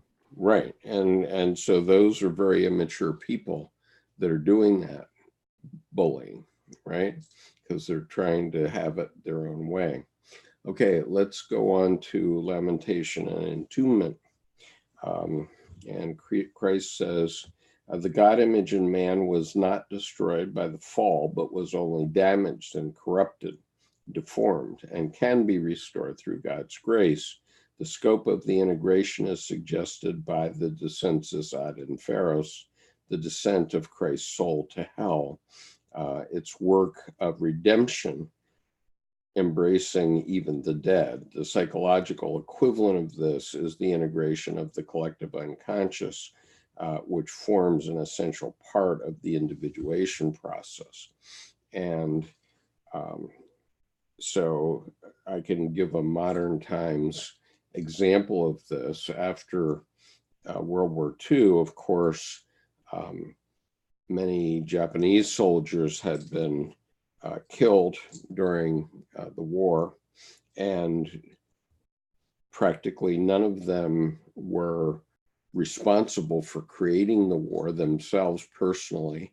And so all of their survivors were feeling very down and out. So they envisioned a goddess, the goddess of mercy, Canon, or Kuan Yin in Chinese, who went into hell and redeemed the souls of the war dead. And so the image, unfortunately, I can't share it tonight because my Zoom isn't working properly, but the image of the goddess of mercy not only redeemed them, but redeemed me when I was in high school in very many ways. And so that's the same sort of thing that Christ was doing, where he was redeeming all the sages and so on that had lived before. I mean, that was the story of the church, that you know, it's not only the people after Christ who had to be saved, but also all the Jews before that. Sure. Translate into which language? Arabic. No, come on. I have my Siri is talking to me for some reason. It thinks I'm talking to her. So we have a long way to go before artificial intelligence, let me say. But anyway, comments, folks, on the redemption. That's also true. And one thing I would suggest to you, Skip, is when you sign on, do it through Zoom. Don't do it through your link, because I never got my entire menu until I just signed on through Zoom. But anyway, I did sign on through Zoom. Okay, well, okay, all right. So I've got my whole menu here, but I didn't before. But anyway, that's also true of the Baal Shem Tov. When he died, he leaped into, the Baal Shem spent most of his life, whenever a Polish duke or a German prince needed money, they would go kidnap a bunch of members of the Jewish, ghetto, mm-hmm. and then hold them ransom until the Jewish community could buy them out. Right. And so when the Baal Shem died, he jumped into hell, and God and the devil and all the angels are says, no, Eliezer, you must come up to heaven. And he says, in my life I ransom prisoners, and I will not stop now. So he refused to come out of hell until everyone there could come out with him. So it's is really very similar to the negredo of the prima materia. In other words, there is the unredeemed divine, which is trapped in the depths, needs to be brought into the light. Now you can call this the dead or whatever, but well, you could also call it coming to maturity. Okay. Well, yeah, I mean, this is what Gabriel's trumpet is supposed to be waking up, not the dead, but your dead ego, your dead and lifeless soul.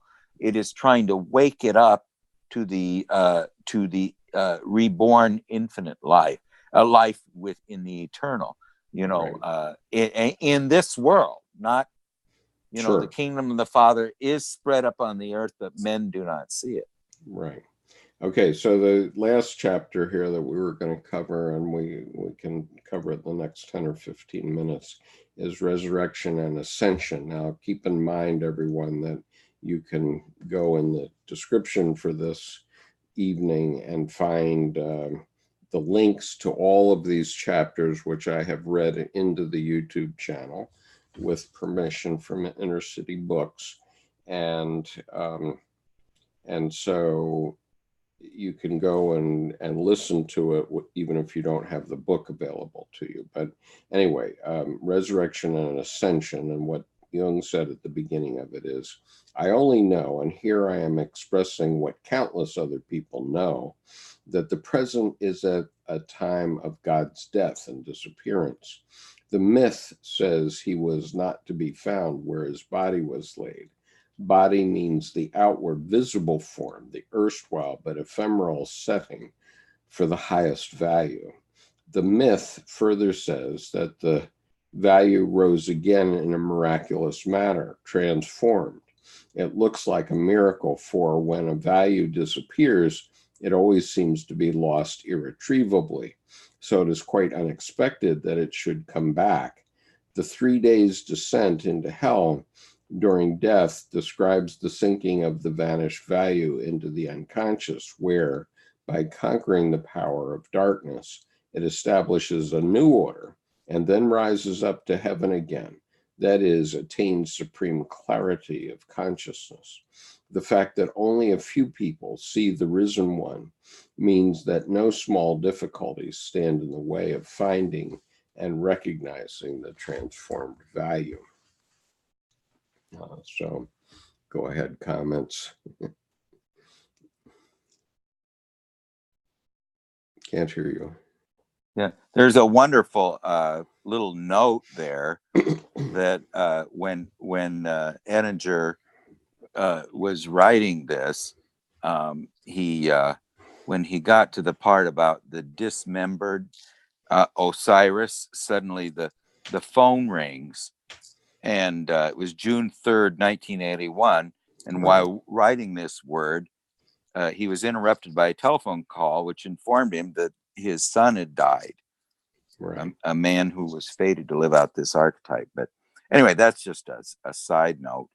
But this whole thing of the resurrection body, I mean, he starts to quote Hildegard den Bingen, who is known for the blessed greenness, the verdigris. And then he does a wonderful description of the 15th chapter of Corinthians, which quotes Jung's epitaph on his headstone, where he says, the first man being from the earth is earthly by nature. The second man is from heaven. Right. And then there's one aspect where he then starts with the ascension. So that's right. Well, what happened in all the world's religions in part, and Ernest Becker got into this, was that human beings want to deny death. And so the religions were happy to accommodate by providing myths that said that you would live on. But we have to grow up a little bit, and Dr. Jung was emphatic that you have to live this life. If you're going to be a physical human being, you have to live this life, because your spirit may or may not live on. But if you haven't lived this life, there's not going to be much there, right? And so there are plenty of people now that are immortal. Not only Christ, but Christ, obviously, his spirit lives on. We're talking about him tonight, and it will live on, for a very long time in the future. But there are others that will live on. Beethoven will live on. Michelangelo will live on. Even the woman who is painted in the Mona Lisa will live on, and her, paradoxical spirit, and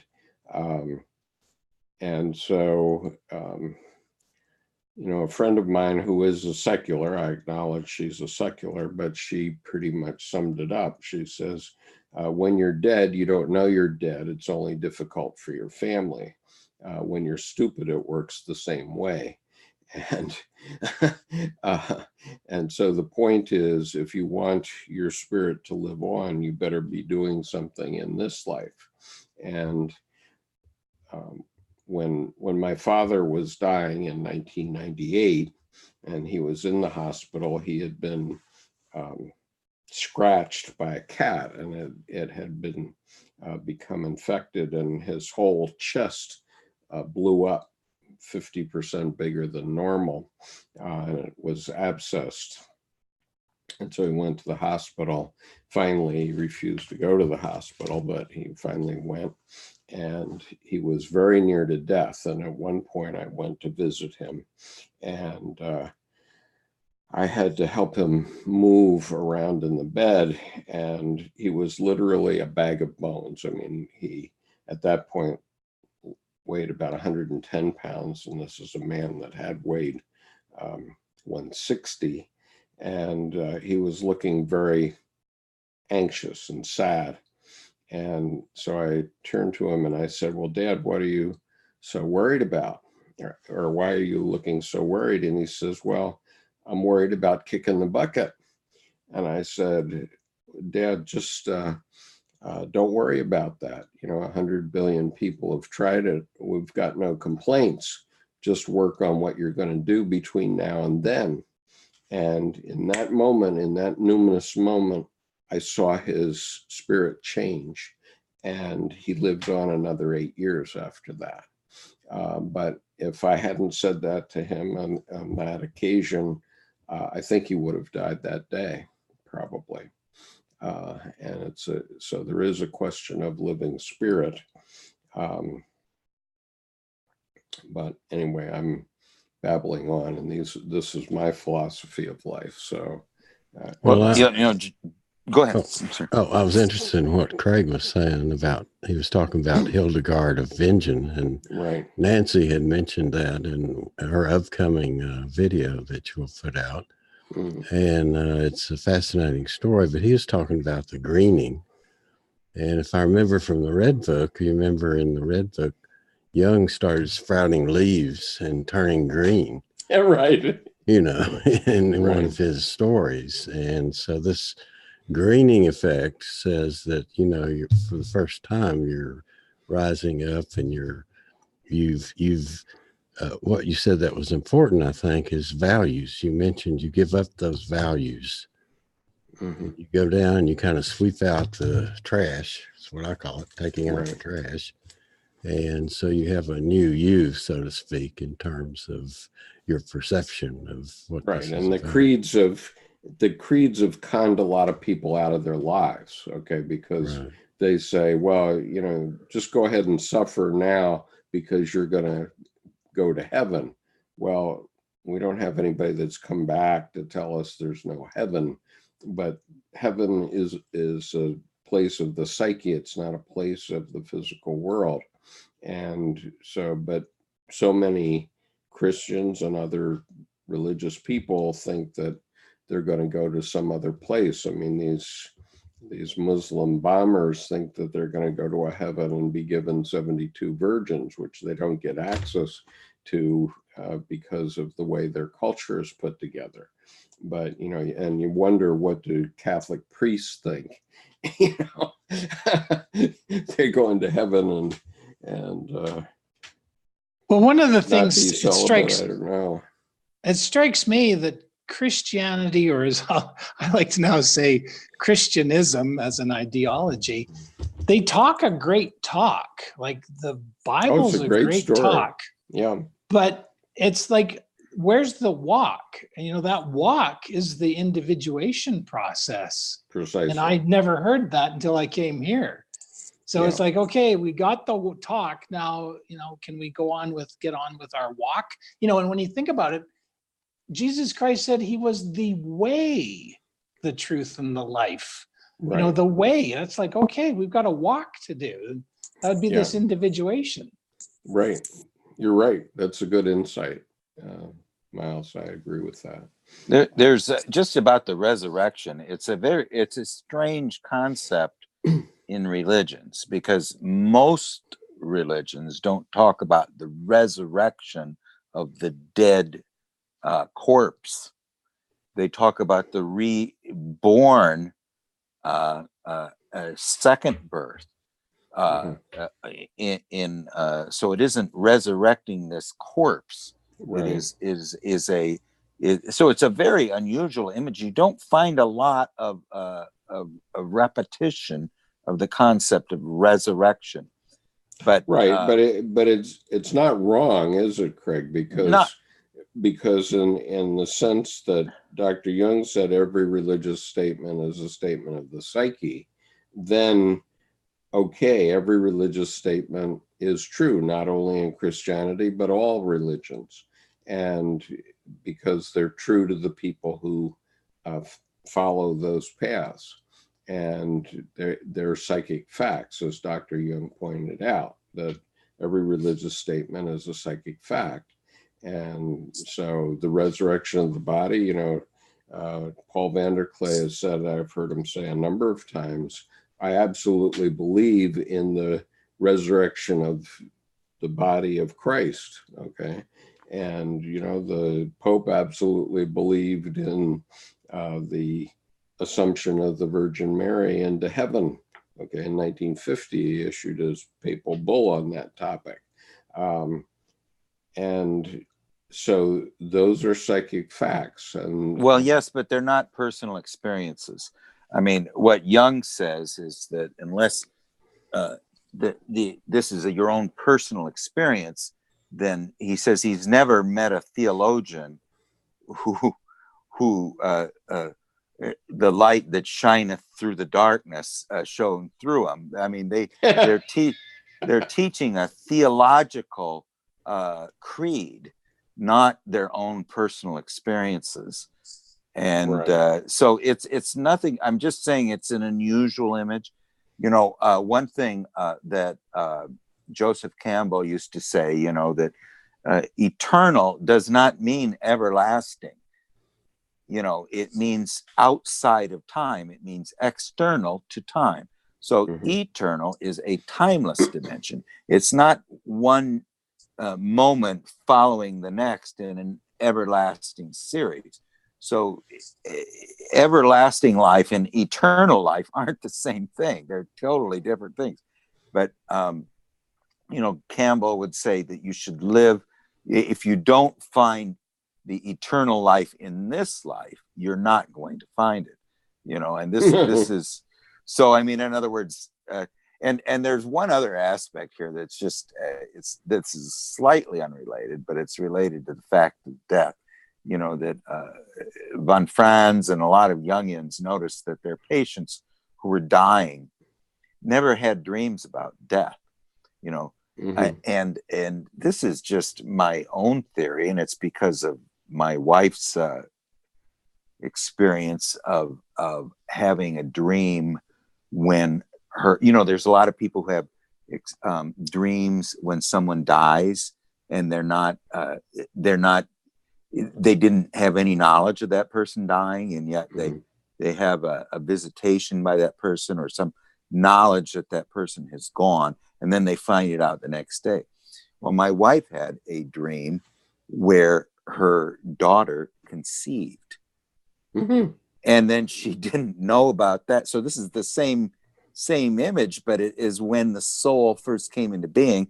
And here's when the soul leaves the time dimension. This is when the soul enters the time dimension. And then she Right. finds out about a month and a half later that her daughter's pregnant. Yeah, But it was interesting. exactly coincidence. But anyway, coincidental with the conception of the child. But the thing that is interesting is that people who are nearing death don't seem to be having dreams that have anything to do with dying. And, you know, my theory is that your soul is immune from death. It's not in your body. So when you die, it's not moving. It's going to be the same place that it was before, and that your ego is just going to merge with it. Well, So that's why the soul is and the dream maker are not too concerned with the fact that you are passing away. Right. I'll just add Go ahead. something, if I could quickly. You were talking earlier, Skip, about a ship is not meant to stay anchored at the berth. Right. And I just recently on the weekend was listening to a woman talking about her perspectives on life. And she pointed out that we have a birthday. We are birthed. She says we were brought to this world by a doctor, like as in doc, the person that brings you to the doc. Yeah, and you do come down a birth canal. Mm-hmm. And so as Craig was talking about his daughter then giving birth, you know, we are meant to eventually get out there, sail, you know, soul sail. Mm-hmm. And we've got some exploration to do, right? That would be this individuation. So we came from the eternal outside of time. Right. And we're brought in through the birth canal, and we're at a dock for a while, but eventually we have to go off on this individual. And the day voyage. we should really be celebrating is the day that the sperm and egg met initially, that made us possible. Yeah. not the day we were launched from our mothers. And you know, Jung has a wonderful statement about this. So people quote it all the time, but it's, you know, life is a short interlude between two great mysteries, which are in fact one. Yeah. You know, so I mean, it's just mentioning the whole idea is that this that we are participating. We have come from the pleroma and don't know it. Right. And we're giving the privilege to live in time and space, to be the vehicle of the wisdom of the pleroma, but we don't know it, you know. So it's anyway, it's this is the aspect of ourselves that you know, like I always say, if we ever knew what was really going on in the world, the tops of our brains would blow off like the lunar module on the moon, you know. I mean, well, that's for sure. Yeah. I still like the word launch, so that's really neat. I'm going to launch. Our lunch day. It's kind of like that. I mean, I've been present at two of my daughter's births, and my eldest daughter, I didn't quite make it in time because she was born 10 weeks early. So I didn't quite make it on that particular day. I was there shortly after, but my two younger daughters, I was present. And it's really like a launching in a way. Yeah, my son and daughter were C-sections, so I got to see quite a bit more than I wanted to. So. I'm sure. But I think it's a good thing that in our generation, fathers have been able to be present at the birth of their children. Oh, it was fantastic. It's nothing like it. Right. And, in the case of my youngest or eldest daughter, I was with her for, basically for 6.5 weeks of her gestation, because I lived in the intensive care nursery with her.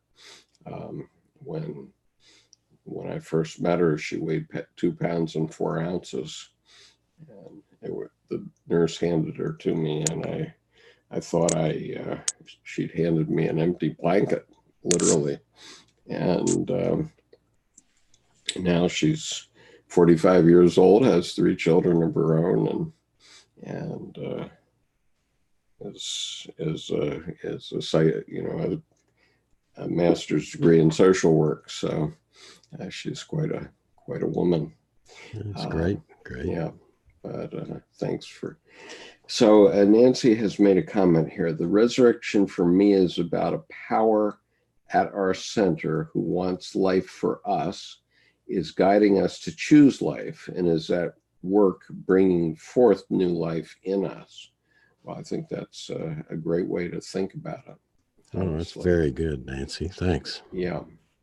And so any other points? Yeah, here? one of the things I'd like to make, it occurred to me, the statement that Jesus makes, the last thing he says before he expires on the cross is, "It is finished." Right. And I'm thinking back now to these 3 pastors that I followed religiously, a group, an online ministry called Basic Gospel. And what they always said was that "it is finished" meant living under the law, the Mosaic law, or the Judaic law of 613 laws, that was finished. And then the only 2 commands that he leaves us with are to love Creator and to love one another. And I'm thinking, Skip, that is so in keeping with what you're always saying, that we've got to move from the Logos, and Jesus was known as the Logos. Right. And he lived perfectly under all those laws. And then now it's finished. And now we need to move to the Eros, the life. Right. And the thing that I'm wondering after reading Edinger is whether when he says it is finished, it means that he is finished living through the prophecy. In other words, many of the things that he did, which Edinger pointed out, were things that had been prophesied by Isaiah and others, so that he was simply fulfilling the prophecy. And when he was dying, then he says it is finished, means he had completed his task of fulfilling the prophecy. Or he lived out his archetype. Is that he lived out the archetype, precisely. Jung says, the term was consummatum est, and he says nobody has ever been able to tell the story of the whole way of a human life. He says, at least not for mortal ears, because it is not for the storyteller. It's not the storyteller of the life, but death who speaks the final consummatum est, or it is finished. So, it is finished is kind of, is the life is over. Now, how do we evaluate that? It's this, not the story. But then Christ, but in the case of Christ, he rose from the dead. Then he's immortal now. Well, yeah, but there's 2 different Christ. There's the Son of Man and the Son of God. So there's the Son of Man. This is what's the paradox about the figure of the Christ, is he's both man and incarnated God at the same time. Right. But this is, of course, all of us are. Right. So we're all paradoxes. But anyway, it's I always thought that that was kind of a little bit of a stark interpretation of it is finished. That's not the storyteller, that's death speaking. Yes, interesting. Well, that's part of the archetype, isn't it? So, you know, when you get to the end of the archetype, and I know from my own experience of living out an archetype that, you know, it's going to play through all the way, and when it ends, it's over, it's done. You know, it's happened to me a couple of times, and you know, maybe it's happening again, and probably is in the sense of what's happening here. I think when he talks about like his wife Emma Young's death, that the great loneliness and there's a certain amount of, there's nothing beautiful. Well, he thought his sister's death was beautiful, but there's a certain sense of just you know, almost metaphysical emptiness when you first are encountering this death of anyone that is a loved one or something. He speaks of it, especially Emma Young's death, in very stark terms. Right, but again, Emma is only physically dead, as Jung is only physically dead. I mean, no, he copes with it later, but it's just coping with the death of the physical human being. Right, and then you go through the stages. It's only a problem for the physical human being. Yes. Right. Mm-hmm. Right. And just on the issue of what people dream at death, I have been present at both of my parents' deaths, and neither of them were dreaming of death. However, I understood from the doctor at my father's death that it sometimes happens that we have dreams of, well, what he called monsters, but probably they were dinosaurs. Okay, because as I've said, I had a vision of a dinosaur when I was 6 years old, and so when the conscious psyche is stepping aside at the time of death, these earlier images that are in the depth of the psyche start to emerge, is what I think happens.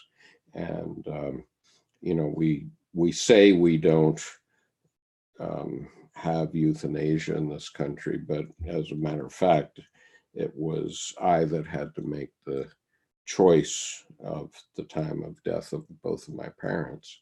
And it's, you know, it's not a question of murder, it's just a question of,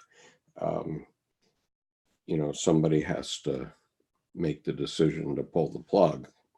And I mean, in our medical system, it takes 3 weeks to die, exactly 3 weeks, and that's what's covered by your Social Security and your health plan, because you know, when your systems are shutting down, medical science can keep up for about 3 weeks, and then gradually the shutdowns just become more and more complete until nothing can keep going. And so then you're given the choice of, you know, do you, you know, your parent can be in pain, or you can be in pain, or we can give you morphine, which will alleviate the pain, but you'll be dead in the next 24 hours, and that's the way it works. And so And so, you have to grow up. If you've got a parent that's dying, you have to grow up and make that necessary decision at some point that is a decision that they probably can't make for themselves. That's my personal experience, but it's, and my Well, it's tough any way you look at it, but if it is irreversible, and medical yeah. science is pretty well advanced, and if it's irreversible and one organ shuts down, the others follow in a certain sequence. Right. But it is a Right. very tough decision to make. Right. And it's like also, when your pets are dying, you have the same choice. And,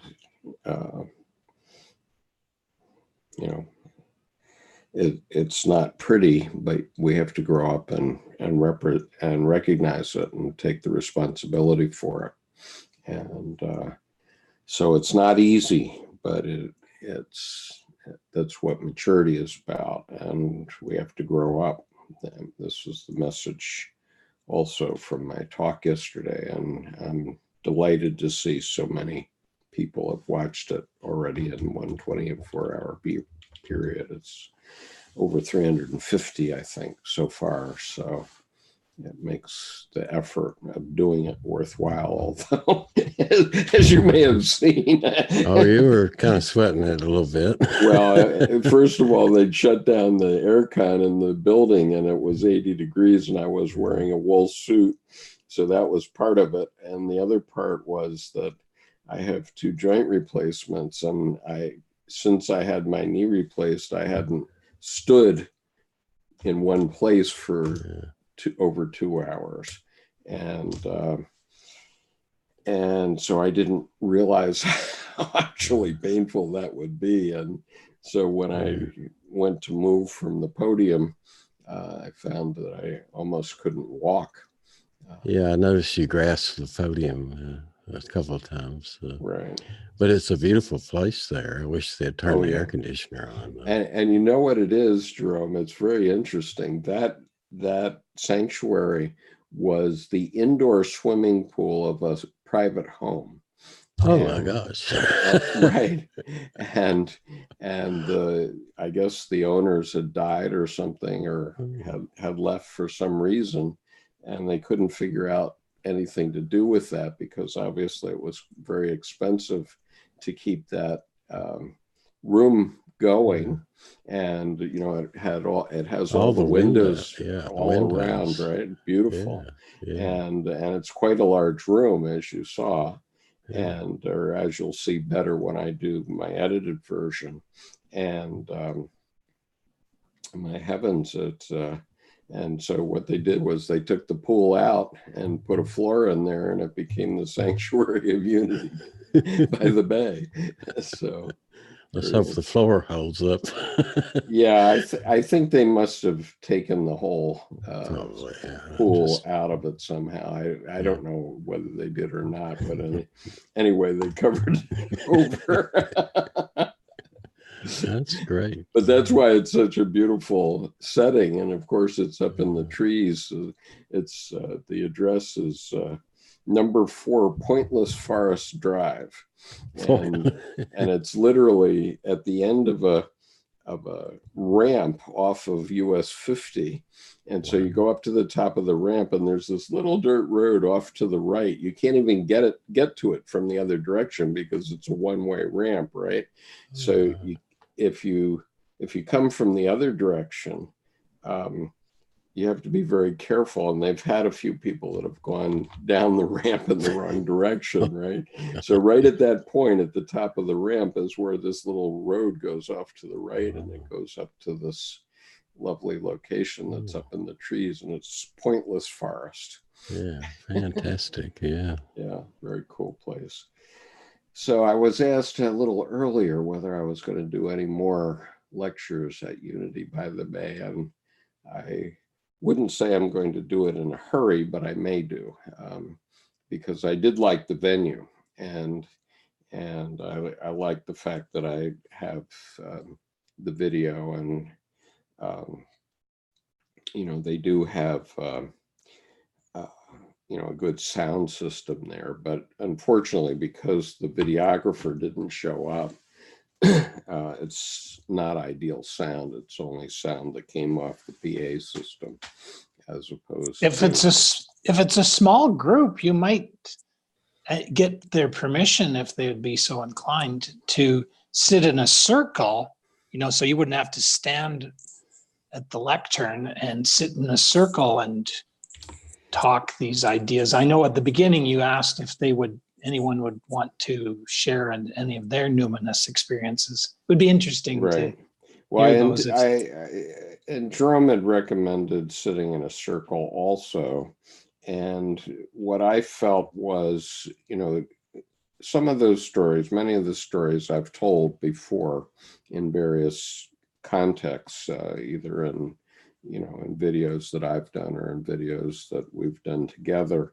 So I've told some of those stories before, but I wanted to have one place where they were all pulled together in a sensible presentation. So I didn't really want to be inviting people to chit chat about it. And I think it worked very well, that what you did, the presentation, and just if that same group wanted to carry on, having Right. now heard your overview.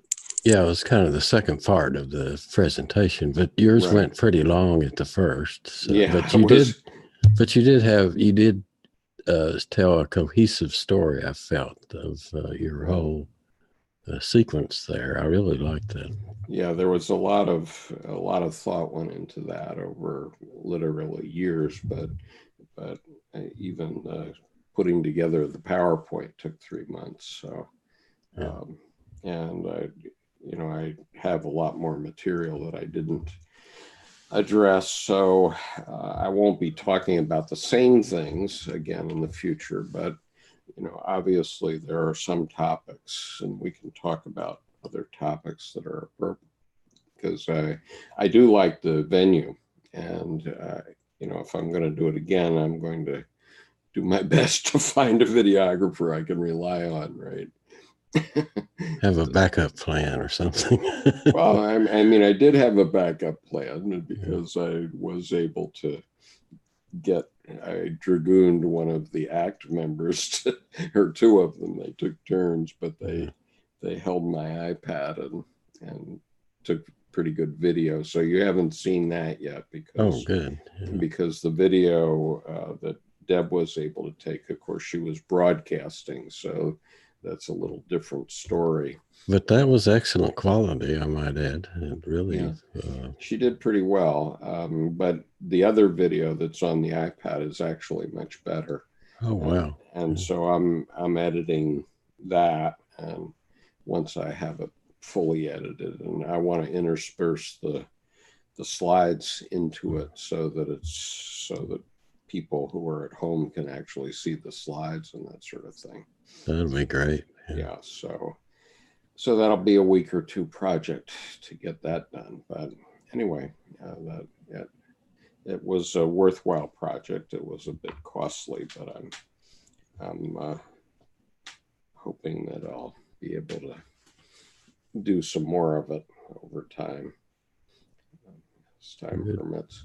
Anyway, thank you for being here tonight, and enjoyed it. For the current panel, I'll look forward to seeing you on Wednesday. Well, I'd just like to congratulate you on 7,000 subscribers, and thank you. Thinking of what a terrific community you've created for everybody, Skip. So it's interesting. Congratulations. Yeah, thanks. Yeah, congratulations. Yeah. We'll see you all later. Thanks, care, Craig. Bye-bye. Thanks, Miles. Thanks, everyone, for being here. And thank you out there in YouTube land for joining us tonight. We'll see you next week. Or no, well, I'll see you next week, the YouTube land, because we'll be at Sammy's Pizza Kitchen next week. And for the panel, we'll be together in 2 weeks. So talk to you then. Peace. All right. Bye-bye.